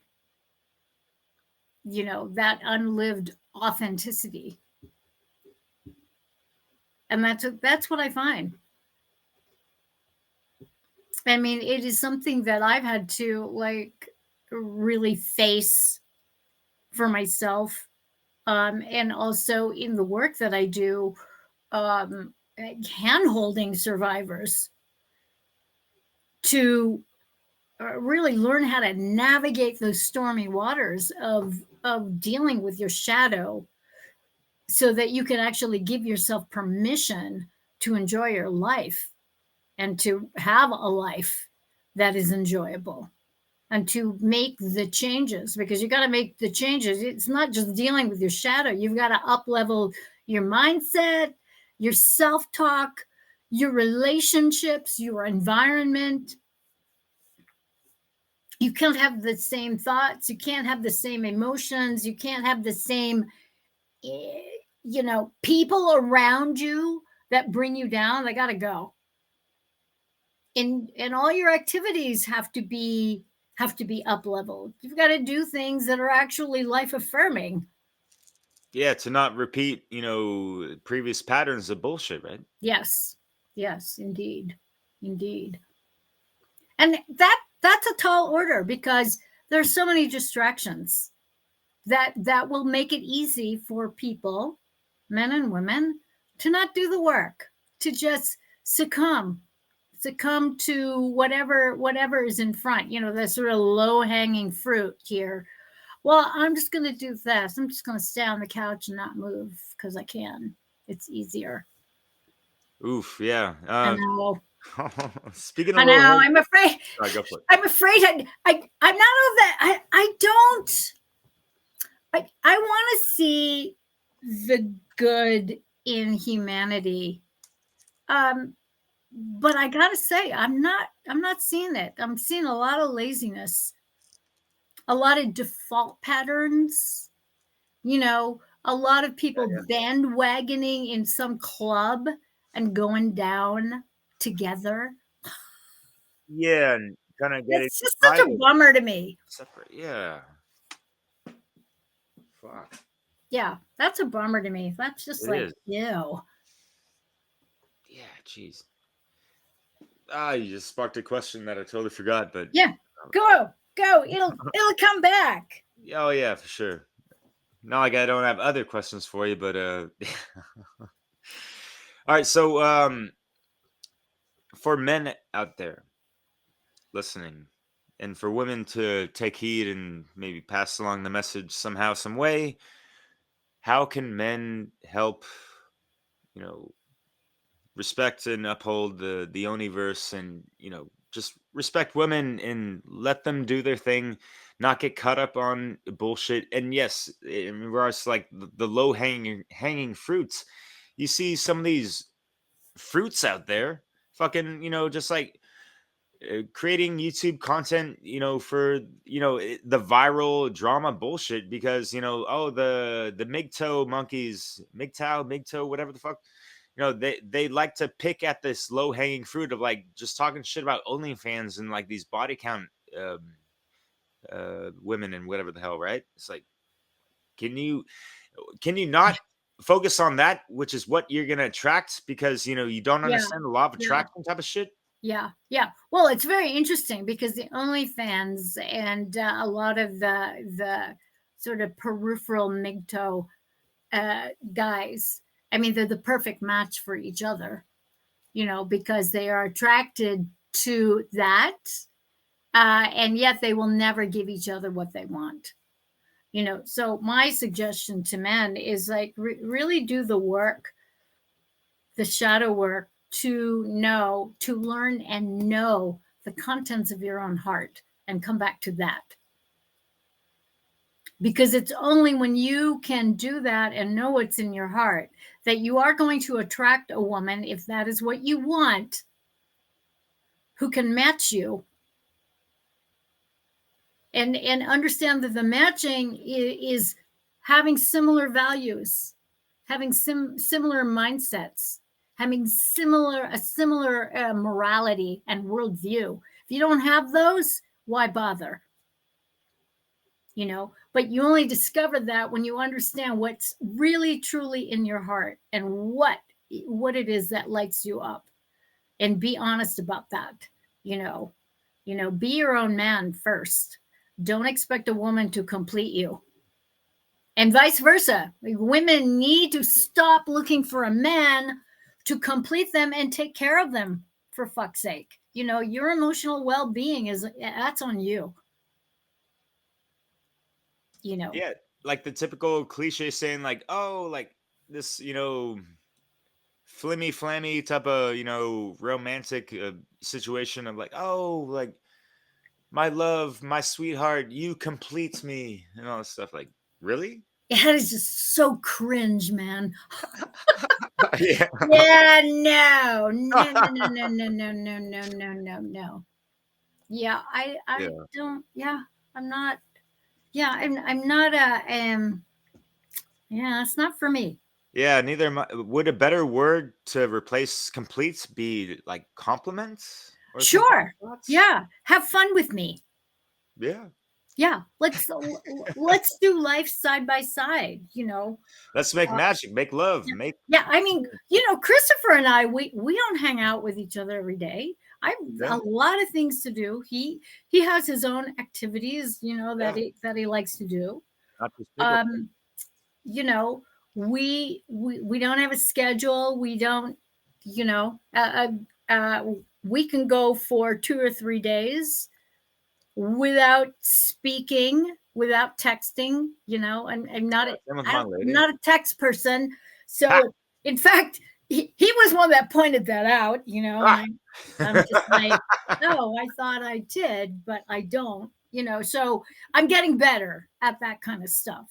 I'm getting better at texts. I'm getting better at returning calls. Right on. Because I wasn't so much. I actually set up voicemail for the first time. I mean, how long have I had an iPhone? I haven't done voicemail in like this first year. So that's 10 years at least. Damn. Yeah, at least 10 years. Shit. Wow. And I used to think I'm just a terrible person. No, you're just lazy. Just set up the fucking thing. And, it took 3 minutes. I thought it was going to be a big deal. And it's like, once you set it up, it's really weird because on the phone, it'll actually give you a transcript of what people leave on the voicemail. You don't even have to listen to the voicemail because it's there. It's written. Who knew? I didn't know that. Neither did I, actually. I might have to go and revisit my setup on that video. So funny. So, Yeah. I mean, we're just figuring out and moment to moment to moment what works in our lives. Yeah, trying to adapt to improve on communication, which is always key in these relationships and things like that, right? Yeah. And so right now, you and I, our Yoniverses are interfacing together. How cool is that? Yeah. And then with the listeners, their Yoniverses are going to be interfacing, So yeah, the universe and the Yoniverse are the same to me. Yeah. I think the Yoniverse is just much more dynamic. Yeah. Yeah. And much more entertaining, that's for sure. Yeah, because there's a lot going on Earth, and people, especially in like the New Age community, like, oh, concerned about these earthly things and this and that. It's like, yeah, this is one of the highest spiritual realms. You're going to be incarnated or procarnated or whatever term you want to use to, describe your birth into this reality field. Enjoy it. Do something positive. Make a impression on it. Yeah, that's What's for your sure. legacy going to be, right? Yes. What you're going to leave it a better place than it was? Or are you leaving a shit show? Yeah, and like, unresolved energetic trauma or whatever residuals that are, lingering on for other people to fucking have to do shadow work on or whatever. Yeah. See, I want no attachments. When I go, I'm gone. I'm gone. I'm going through those holes and I'm not coming back. And you'll be that's my goal. And anybody familiar with the West Penra papers, go check it out, because that's what I'm all about. Yes, I appreciate you mentioning that the other week. I still gotta delve deeper into that stuff, but really interesting stuff. And he's totally cool and totally aligns with my experience. But I'm creating my own layer of the universe, the Yoniverse. So there we are. It's a beautiful layer too. It is. Totally. Yeah. Well, Marja, here's to love, truth, and beauty. Thank you, love. Because you just seem to embody that in so many wonderful ways and helped out countless people at this point in time. And it's just not about your online presence and all this stuff. People listening out there, you have to understand what she's doing is just, it's saving people's lives when she does her one-on-ones, especially with the trauma deactivating programs that she has and those types of workshops. Thank you so much for the gifts you've brought to humanity, Marja. Thank you, sweetheart. Thank you for the invitation, and thank you for your work. I mean, all the things that you are doing, the conversations that you are having with so many different people, all walks of life, really, really important. And what you're sharing with everyone. Just this, I mean, this is true diversity that has nothing to do with politics or anything like that. This is about having conversations with other human beings that are also creating their own layer of their Yoniverse. Sweet. Wow. Yeah. I appreciate that so much, Marja. Yeah. And always so grateful for our wonderful friendship, connection, and your willingness to come on for this time and previous times as well. And just, the glorious conscious collaborations that we've had. It's just, My pleasure, sweetheart. Thank you. Likewise. Such an honor. Marja West, everyone. Thanks so much for listening. And bye, darlings. Ciao for now. Bye.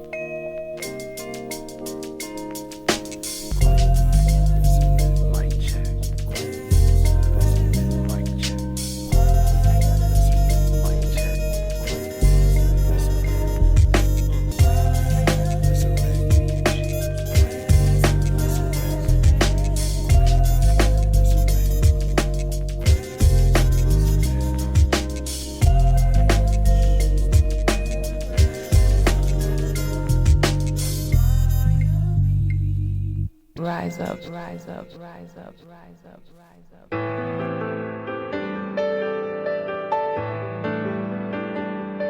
Give up the perfect body, give up the numbed out mind, give up the fight for money, Give up the lust for power.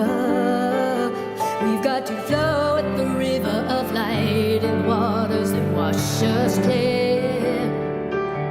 We've got to flow with the river of light towards truth so hard to fear. Give up the righteous. Give up the martyrs. Give up the victims. Give up the tyrants. We've got to flow with the river of light in waters that wash us clear. We've got to flow with the river of light towards truth so hard to fear. Every moment, every step towards His greater light. Every breath that we take, the beat of our hearts. Forgotten is the search for truth.